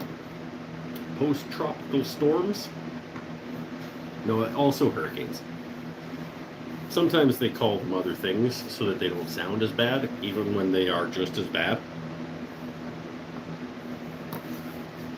Like the last one that came through and started ripping down trees and making trouble for you guys was post-tropical storm something.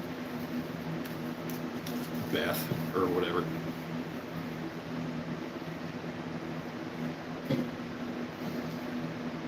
Yeah, but we don't have to shovel the cold weather out of our way to go outside. Neither do I, my friend.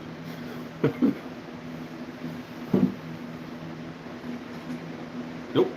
I was going to say maybe once a year. But even then, I just walk over it a couple of times until it's packed down. Because I live on the right coast. No, I live on the left coast. I live on the correct coast.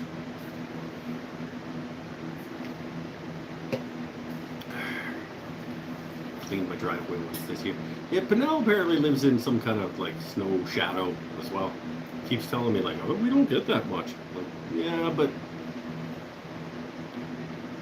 I saw the trees down in the yard though. Which, I mean, we get wind.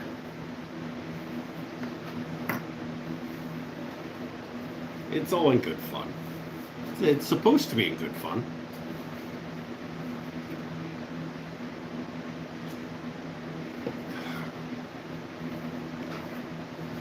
We have both a left and a right coast. We also have a left and right coast here on my island that I live on. I live on the left coast of Canada on an island that also has a right and left coast. Why were the shavings so thick off my planer? Well, I didn't use my planer. I used a hand plane. And the shavings were so thick because I wanted to get flat. But I didn't feel like I was using my jack plane. And it's not a finish pass that I'm doing. I was just trying to get down to even. I was trying to get rid of bandsaw marks from the resaw and stuff.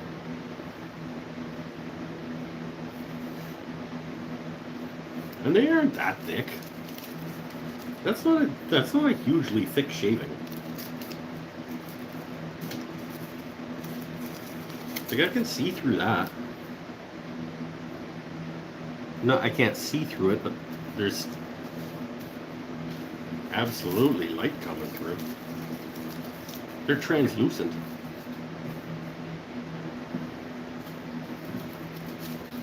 That's not a super thick shave.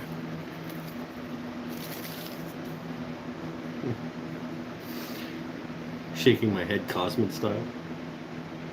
So arrogantly.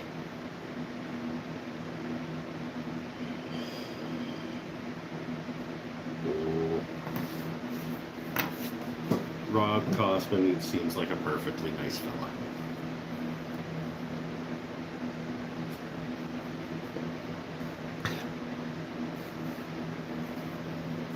Save those shavings for Tyler to burn next winter in his shop. Yeah, I will. I got a garbage bag on the go for him.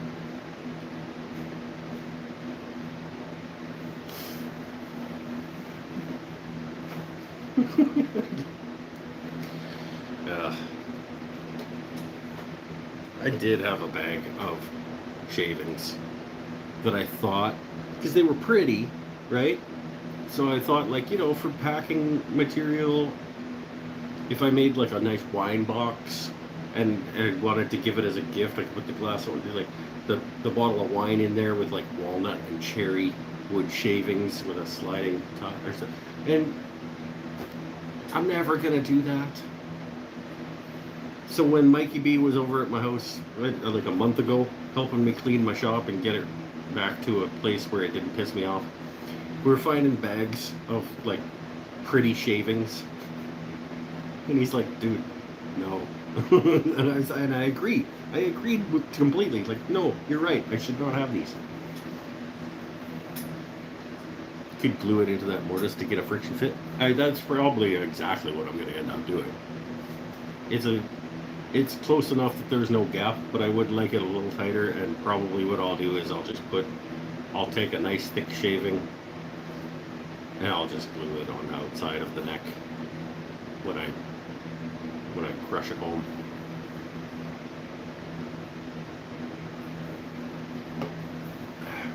After I get the some degrees and the neck butt cut down, and I get things figured out, I will either glue a shaving around, that's what I'll do. I was going to say, I'll either do it around here or in the pocket, but I'll do it around here.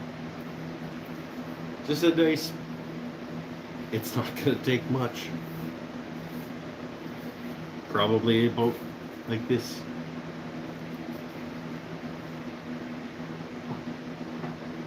You can make fresh shavings anytime you need to. Yeah, I can, but I already had those ones.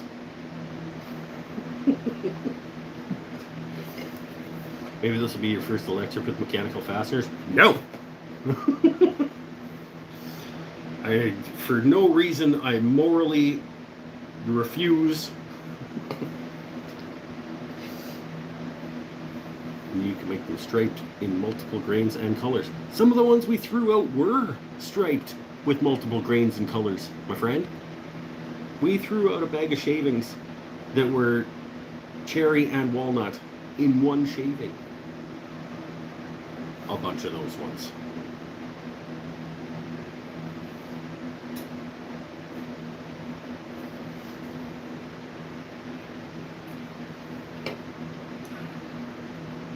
So wasteful. To be fair, they may not have actually gotten thrown out yet. They might still be in a garbage bag beside my house waiting to go to the dump. Because still haven't made the dump run from that cleanup. So all that stuff is still sitting out there. Because I'm classy.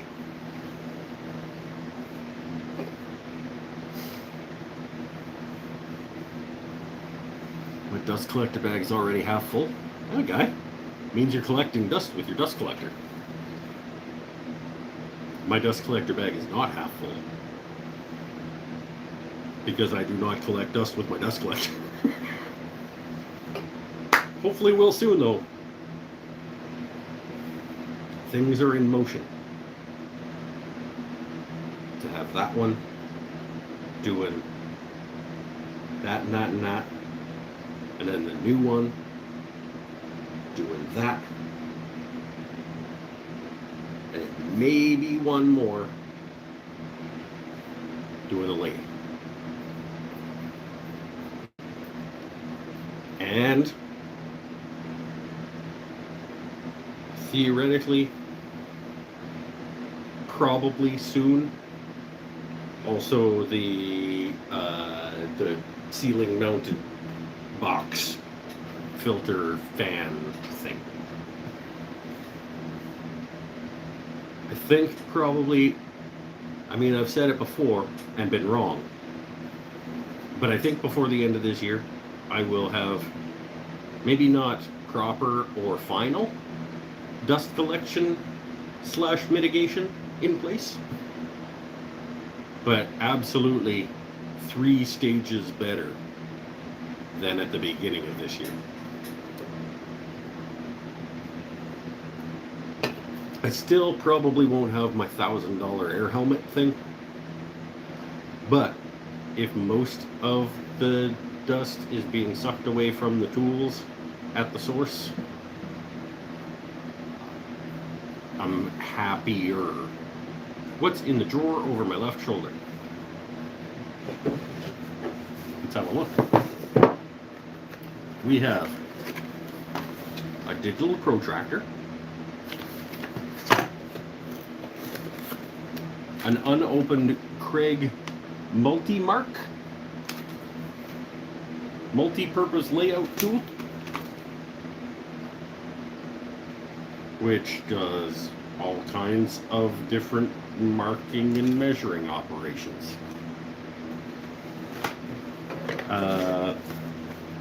My digital calipers are in here.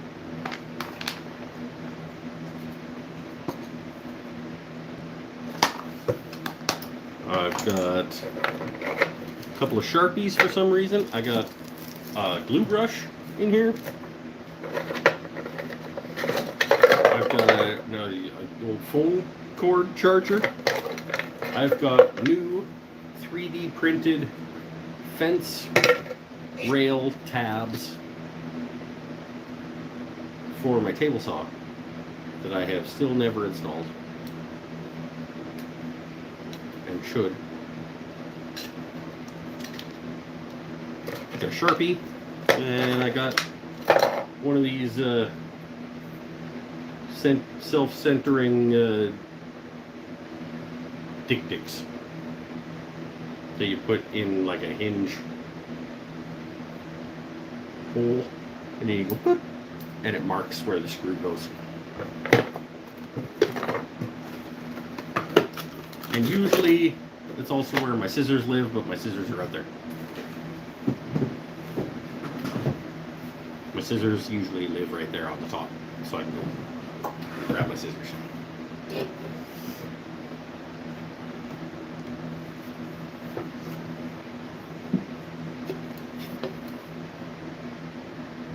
All unopened, waiting for unboxing videos. No, just the Kreg, whatever it is. And I don't remember where I got it or why I have it. It was probably a Christmas gift. Might have been, it might have been Bennett. Bennett's really good at giving me shop stuff as like Christmas gifts and birthday presents and stuff that I just never use. So that might have been him. It might have been wife that just went to the tool store and looked for something that she thought I didn't have that might be useful, and she bought it. Thought that drawer might be special since it's different wood. It is special. It's walnut. That's the special walnut drawer. It's walnut with red oak knob instead of red oak. Nope, Douglas fir with walnut knob. It's an accent drawer. I do that in all my shop wall cabinets. Okay, we got Douglas fir, red oak with one walnut drawer.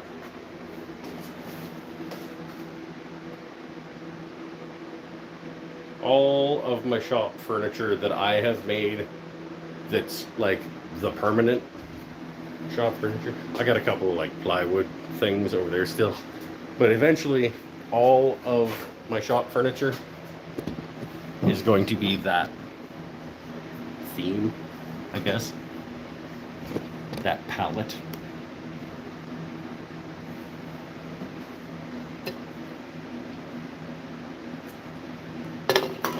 So I think it'll look rad to just have a shop full of the same aesthetic with one accent drawer in all of it.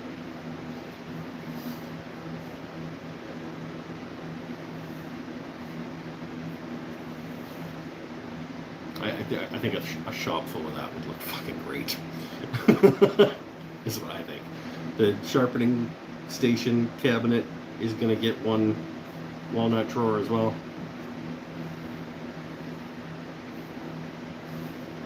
The cabinets that I put on my French cleat wall, if that's what I decide to do, are going to do the same thing. If you ever finish the shop stool, maybe it'll have one walnut leg. No, because that's not a drawer front. God. How are the dovetails on this?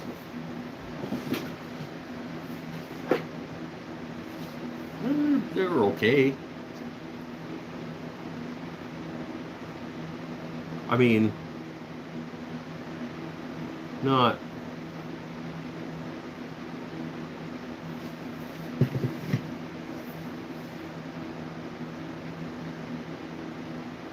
That one's this side. This side, that one. I obviously cut on the wrong side of the line for that one. But I think this whole cabinet was my first go at dovetails. This corner joint right here was my first ever set of dovetails. And I put it here on purpose because it's not awesome. It's not as bad as some people's firsts, I don't think. I don't know, you're not probably going to see it. But I obviously cut like smack dab on the wrong side of the line on that one. And I wanted that set to be my first set of dovetails so that it would sit there and stare at me and I'd see it all the time and it would remind me to be better. But it actually isn't that bad of a set of dovetails.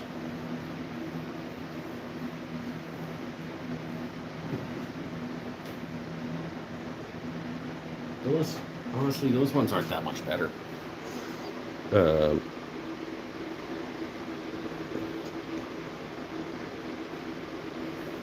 But I mean, those are half blinds, and that's a different animal than a full through dovetail.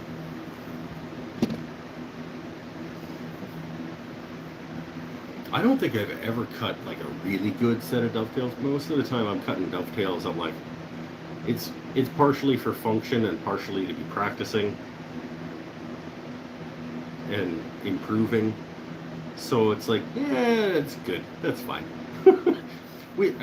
Much like this show, like I've said before and I'll say it again, we strive for adequacy on this show. Beer.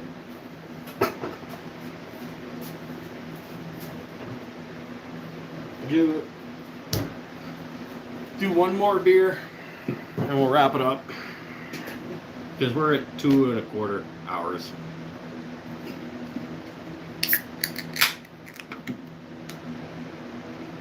That's a good show. That was a good show. We did a little bit of work, made a little bit of a mess. You know that it's a decent show when there's plain shavings laying on the bench. Are the cabinet door hinges mortised in? Yes, they absolutely are. These are inset mortised. The hinges are absolutely mortised into both the side and the door. I have a video series on this cabinet. It's 2, 3. I think it's a 3-part series on this, but it's the same construction as the 1-part video series of my whiskey cabinet. The whiskey cabinet is just a smaller version of this.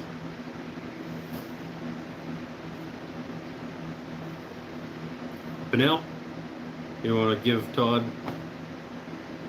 some links to the, what did I call it? This saw cabinet? I don't remember what I called it. The whiskey cabinet I definitely called the whiskey cabinet. I don't remember what I called this one. Maybe just tool cabinet? My first tool cabinet?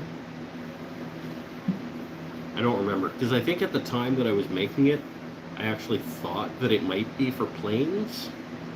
It's been a while. It did become like a really inefficient way to store hand saws though.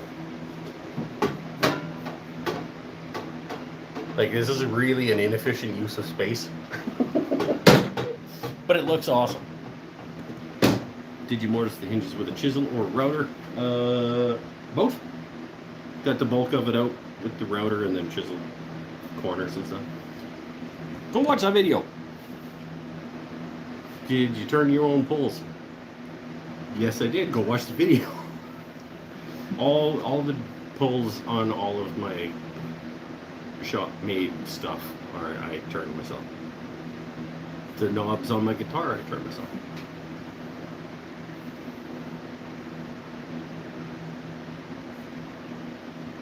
Alright, Penel's got a link. I don't know what that is. Joinery cabinet? That's what I called it? Really?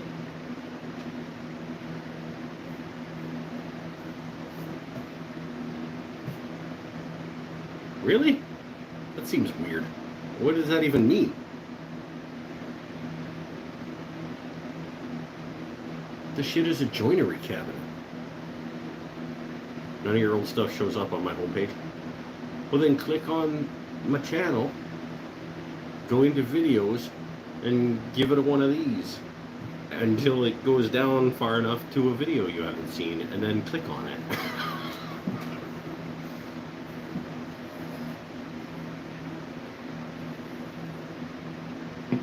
Don't rely on YouTube to show you the things you want to see, because it's not going to be good at that. Because YouTube is pretty shit, actually, at what it does.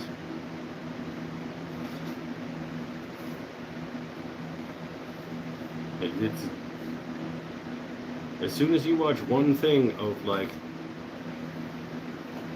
oh man, don't even get me started. When in football season, if I watch like one like highlights of the New Orleans Saints against the Detroit Tigers or whatever, just because I feel like watching like football highlights once, all of a sudden my whole homepage is like, you want to see all the football stuff? Here you go, have all the football stuff. I'm like, no. Just because I wanted to spend 6 minutes watching football highlights doesn't mean I want my entire feed to be full of goddamn football now. Like, settle down, YouTube. Alright, what's that link now, Penel? Is that more joinery cabinet, or is that the whiskey cabinet? Give them the whiskey cabinet. It's more condensed and it's the same. It's mortised butt hinges. It's half-blind dovetail drawer front. It's frame and panel, door, dovetailed corner, solid wood case. It's exactly the same construction. Watch the whiskey cabinet. This one is just the whiskey cabinet, like, times 4. Watch one Mr. Beast vid and your feet is screwed for weeks. Yeah, I can imagine. I watched, like, a couple of videos on, like, making mead at your house, and now all of a sudden, it's out of control. Like, maybe let's go by number of hours you've watched, or number of minutes that you've watched something. Like, how many minutes of, like, making booze in your basement have I watched versus minutes of, like, woodworking content versus football highlights? You know, like, let's balance my feed based on those instead of, like, what's the last thing you did? Whiskey cabinet, there we go.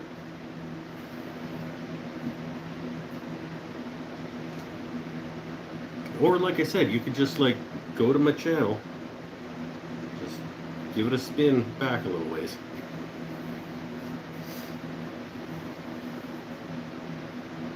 And honestly, for the last like year and a half, there hasn't really been a lot.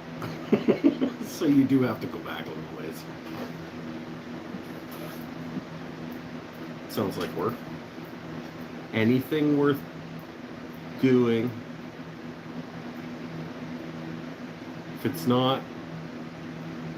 if it's easy, it's not worth doing. I try to come up with like a cliche about effort. How about this? Cliche about effort versus reward. Okay, Todd?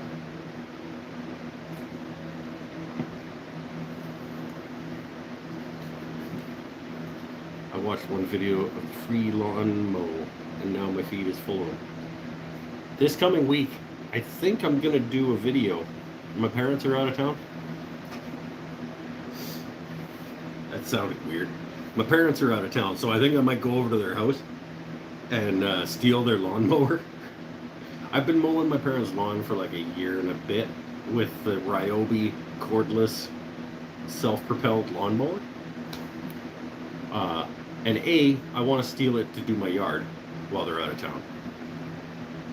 But I think I've been using it for a while, and I think that might be something that people might want to watch. It's a tool, and I have some things to say about the Ryobi battery-powered lawnmower. I think that it is a better value than most people might think it is, but it has its ups and downs. The 40 volt, yeah, the 40 volt self-driver, like not self-driver, but like self-propelled.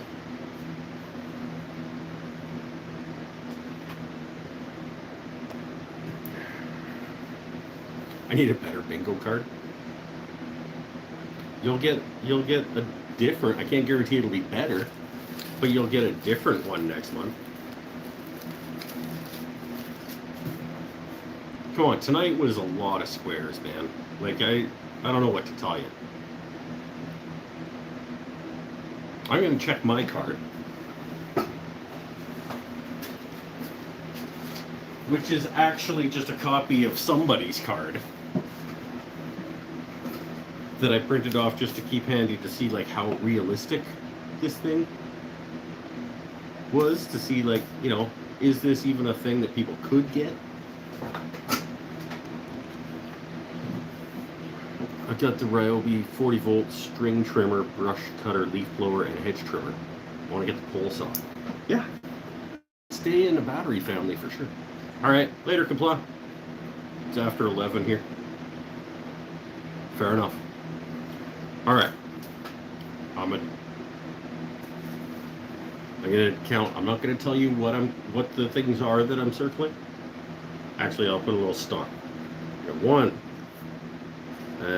2. Nope. Well, it remains to be seen.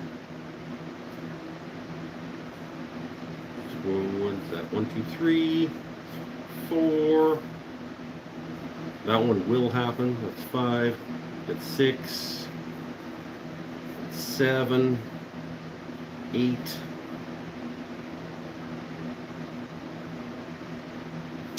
That's 8.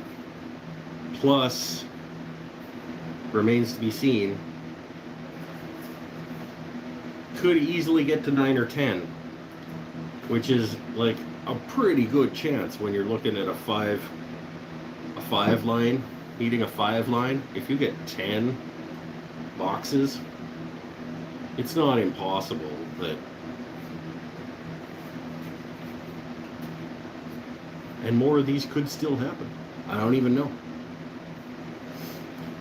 I mean, I can't really try a drink I've never had, because I don't have any drinks I've never had.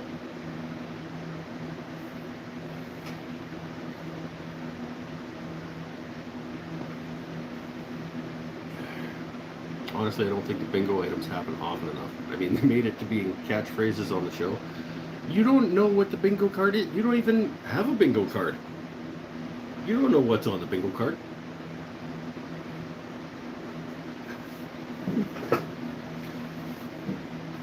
There's more than half, I think more than half of these have happened at some point during the month. And it's not supposed to be easy. And it's not supposed to be a winner every week.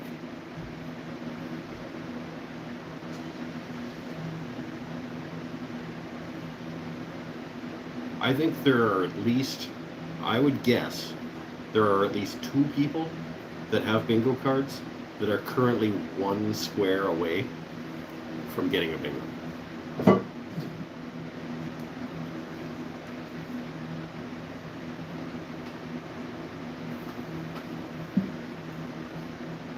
Tell Pinnell what ones he did tonight to prove him wrong. No, because I don't want to, I want people to, you have to have caught the, if I go through and tell you which ones happened tonight, then you weren't paying attention maybe, and you can just check it off. I don't want to tell people what the right answers were at the end of the night. I just want to be like, guarantee you there are currently, what did I say, 1, 2, 3, maybe that one, 4, 5, 6, 7, 8. There are currently 8 that have been checked off.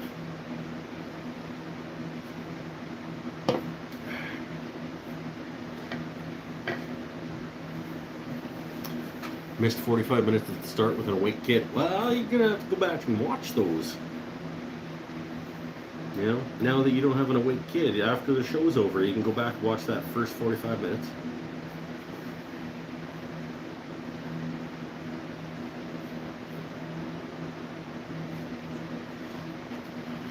Ladder, Band-Aid, branding iron, measuring. One of those you missed. One of those is checked off. That's all I'm going to say. One of those did happen.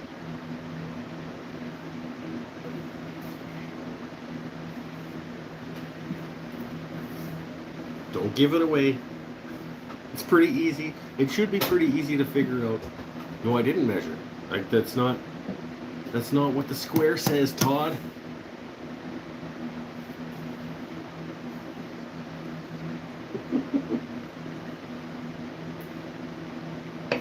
All right, you know what? If you've gotten to this point, if you're 2 hours and 29 minutes into the show, if you're watching this after the fact, I'll tell you what tonight's bingo squares are. So far, actually uses a hand plane, shakes fist at sky like a cartoon old man, talks about a Zelda game, asks Pinnell to put a link in the chat. Mike laughs at the idea of measuring. When we were doing the guitar, I was talking about like, oh, what kind of ridiculous thing would it be to measure the neck and then measure the body and then put the things together. Rants about a social media platform, talking about how YouTube and its algorithm is garbage. Uses green tape.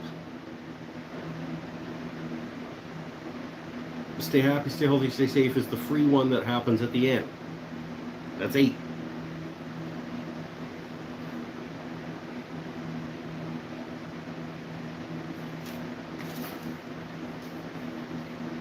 And there are still more opportunities because we're still going.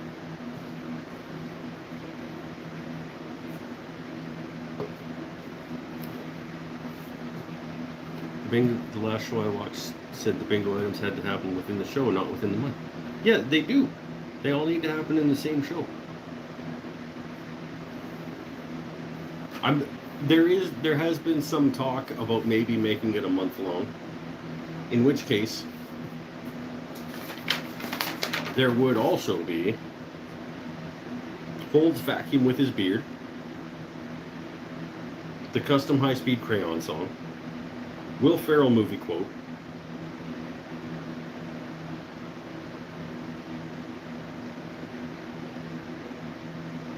so we're up to a dozen or more of the 25 squares somebody could get a line there if we go to the month-long one. You do still owe me a calendar. Yes, I do, Todd. I owe everybody a calendar who is at that amount. I just have not. I am not good at this.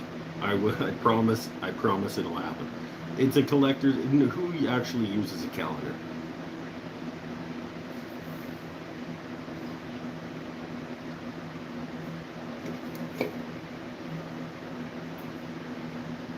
For what a calendar's for. It's a collector's edition thing. It'll get to you.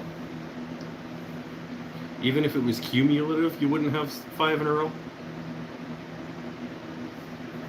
You said as long as somebody signed up for a certain date for Patreon, you would send them a calendar. At the $10 level or higher, if you are a patron and you were signed up by that date, which I think you are, I will absolutely send you a calendar.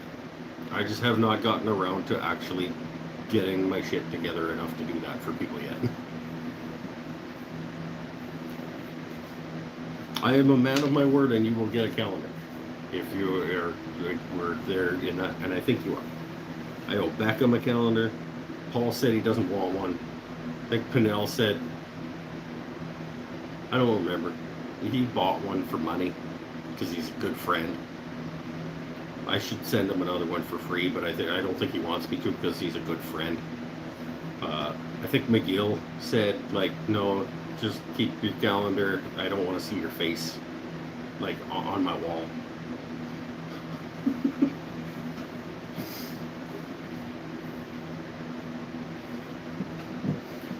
To send it with your pen after you send it blank. Okay. Good stuff. I still use calendars. Tim says I still use calendars. Used to get the Tolkien calendars every year for like 20 years. Hey, sweet. Hey, nice. Including the one from Ted Nasmith. Nice. Yeah, I mean, I like calendars for the art in them. But in terms of like writing things on them to remember, and then you look at it and you go, oh, today's the whatever. And like, let's be honest, not a lot of people do that anymore. I mean, when I was a kid and I'd have like the luxury card or like the supercars calendar that I'd get at the Scholastic Book Fair with the Ferraris and the Lamborghini Countaches and the Jaguars and the McLaren F1s and stuff in it. Love those things, but it was just the pictures. I didn't care about the actual dates on the thing.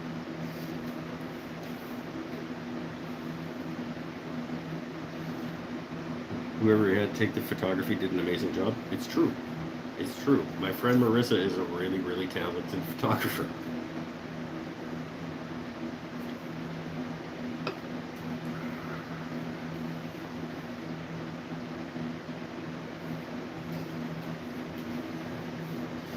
And I will absolutely have her back the next time she's in town, and we'll do another photo shoot. Maybe I will order one of those Borat swimsuits with the straps.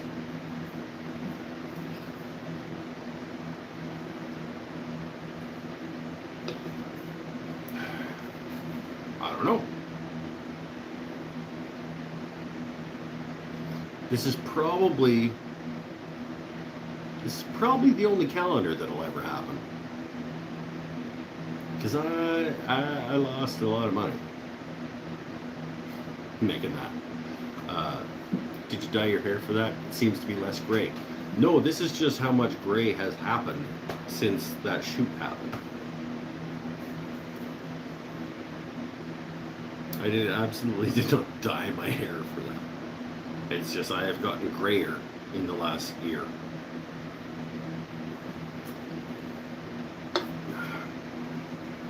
Seems like every day I'm seeing a new one. Like, oh, yeah, that one's white. Right on. All right, one more beer. Oh.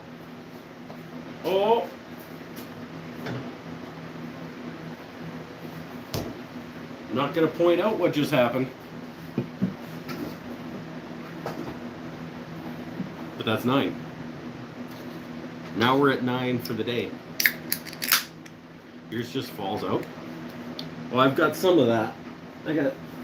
I have some loss and some gray.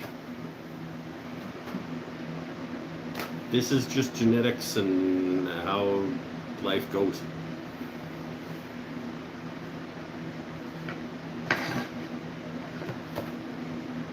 I mean, it's like the weather. You know, like, you can't stop the hair from growing gray.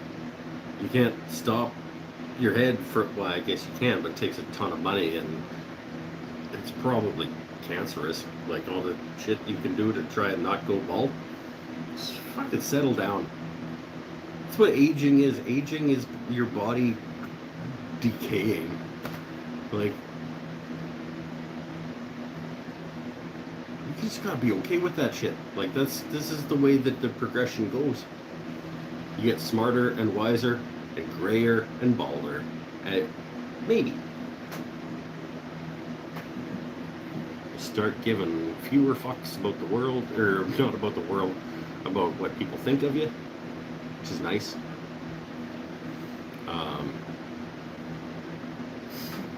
And rounder sometimes. I'm actually getting. I got rounder and now I'm getting less round, but only because of physical activity that's required from my employment. I want to do a calendar with Stanley Plains, #1 for January. Oh, Tim. What you should do. I have an idea. This is a cool thing. What if you did a calendar with number 1, 2, 3, 4, 5, 6 through to, what would it be? Is there a number 12 plane? But in any case, you assign the month to the thing, and then you do like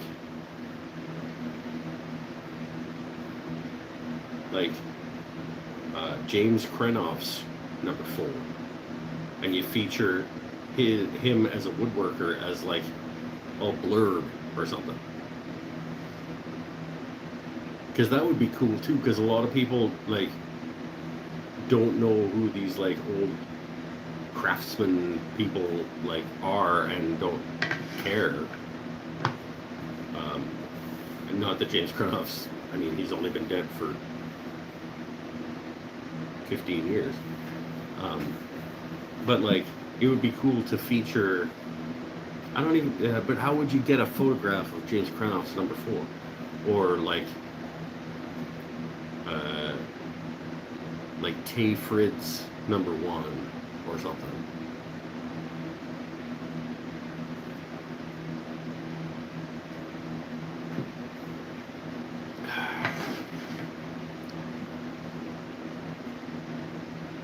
There's a germ of an idea happening here, where we could combine. You might not be able to do it. You might not be able to do both of those things, where like the number of the plane matched the month, and you got a photo of that woodworker's plane. But you could be like, you know, the router plane could be 1 month, and you could find a photo of like a Nakashima joint that probably had some router planing involved in it or something. There's a germ of an idea here where we could encourage people to look back at the history of woodworking. Probably a lot of this is going to be like proprietary to Fine Woodworking. Fine Woodworking probably has all these photos. I'm gonna call Ben. Say, look, this is our idea. We have an idea. Maybe Taunton puts it out, but we get some money for coming up with the idea. Okay. See how we work through things? I think this is an idea we can pitch to Taunton Press. They have a huge backlog archive of like 60 years worth of photography of professional woodworkers, probably the top people in the craft.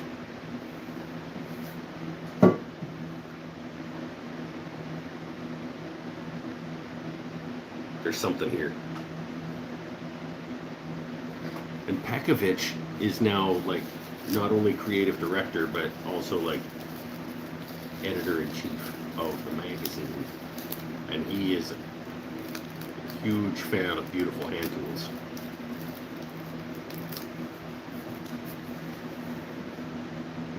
There might be something here.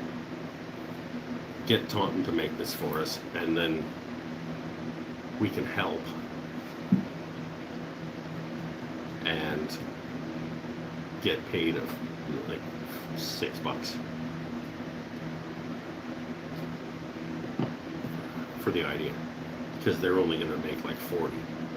So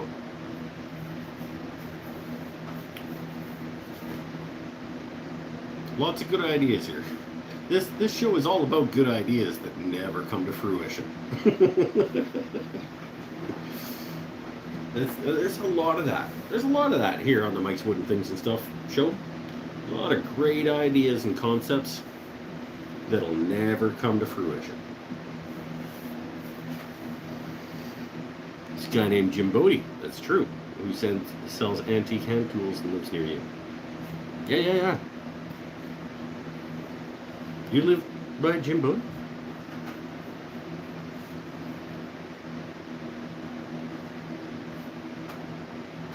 Yeah, that's a thing.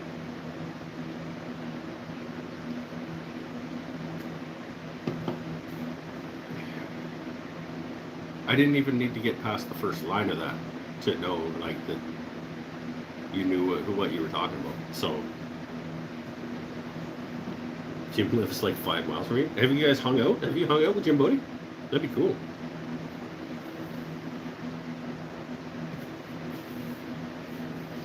Mike can pitch it is kind of a big deal.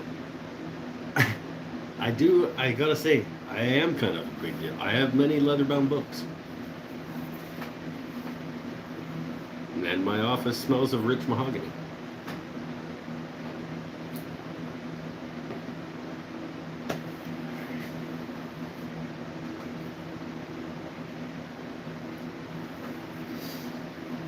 Anyway, we are now at this point going to wrap it up, because we are almost 3 hours. Well, we're 2 3/4. Just imagine when he blows up and I've got one of his pens. Yeah, dude, that thing's going to be worth at least as much as you paid for it, probably.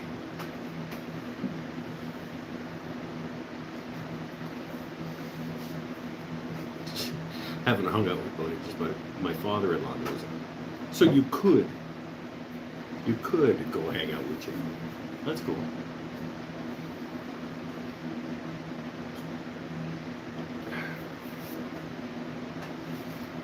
All right, later, Eric. Bye, everybody. We're gonna stay happy, stay healthy, stay safe. This off into the sunset. I think that's 10. I think that's 10 on the bingo sheet. So there's at least a relatively good chance that somebody wins tonight. And if, like I said, if nobody wins this month, the prize gets added. It's a cumulative. So nobody won in May. So the prize is now double. I'm not telling what the prize is. But if nobody wins from tonight's show, June is twice as big. And if you want to get involved in it, you have what? It's the 27th. So you got 3-4-ish days to sign up for patreon.com/wooden things and stuff and get yourself a June bingo card. And maybe win a not insignificant prize.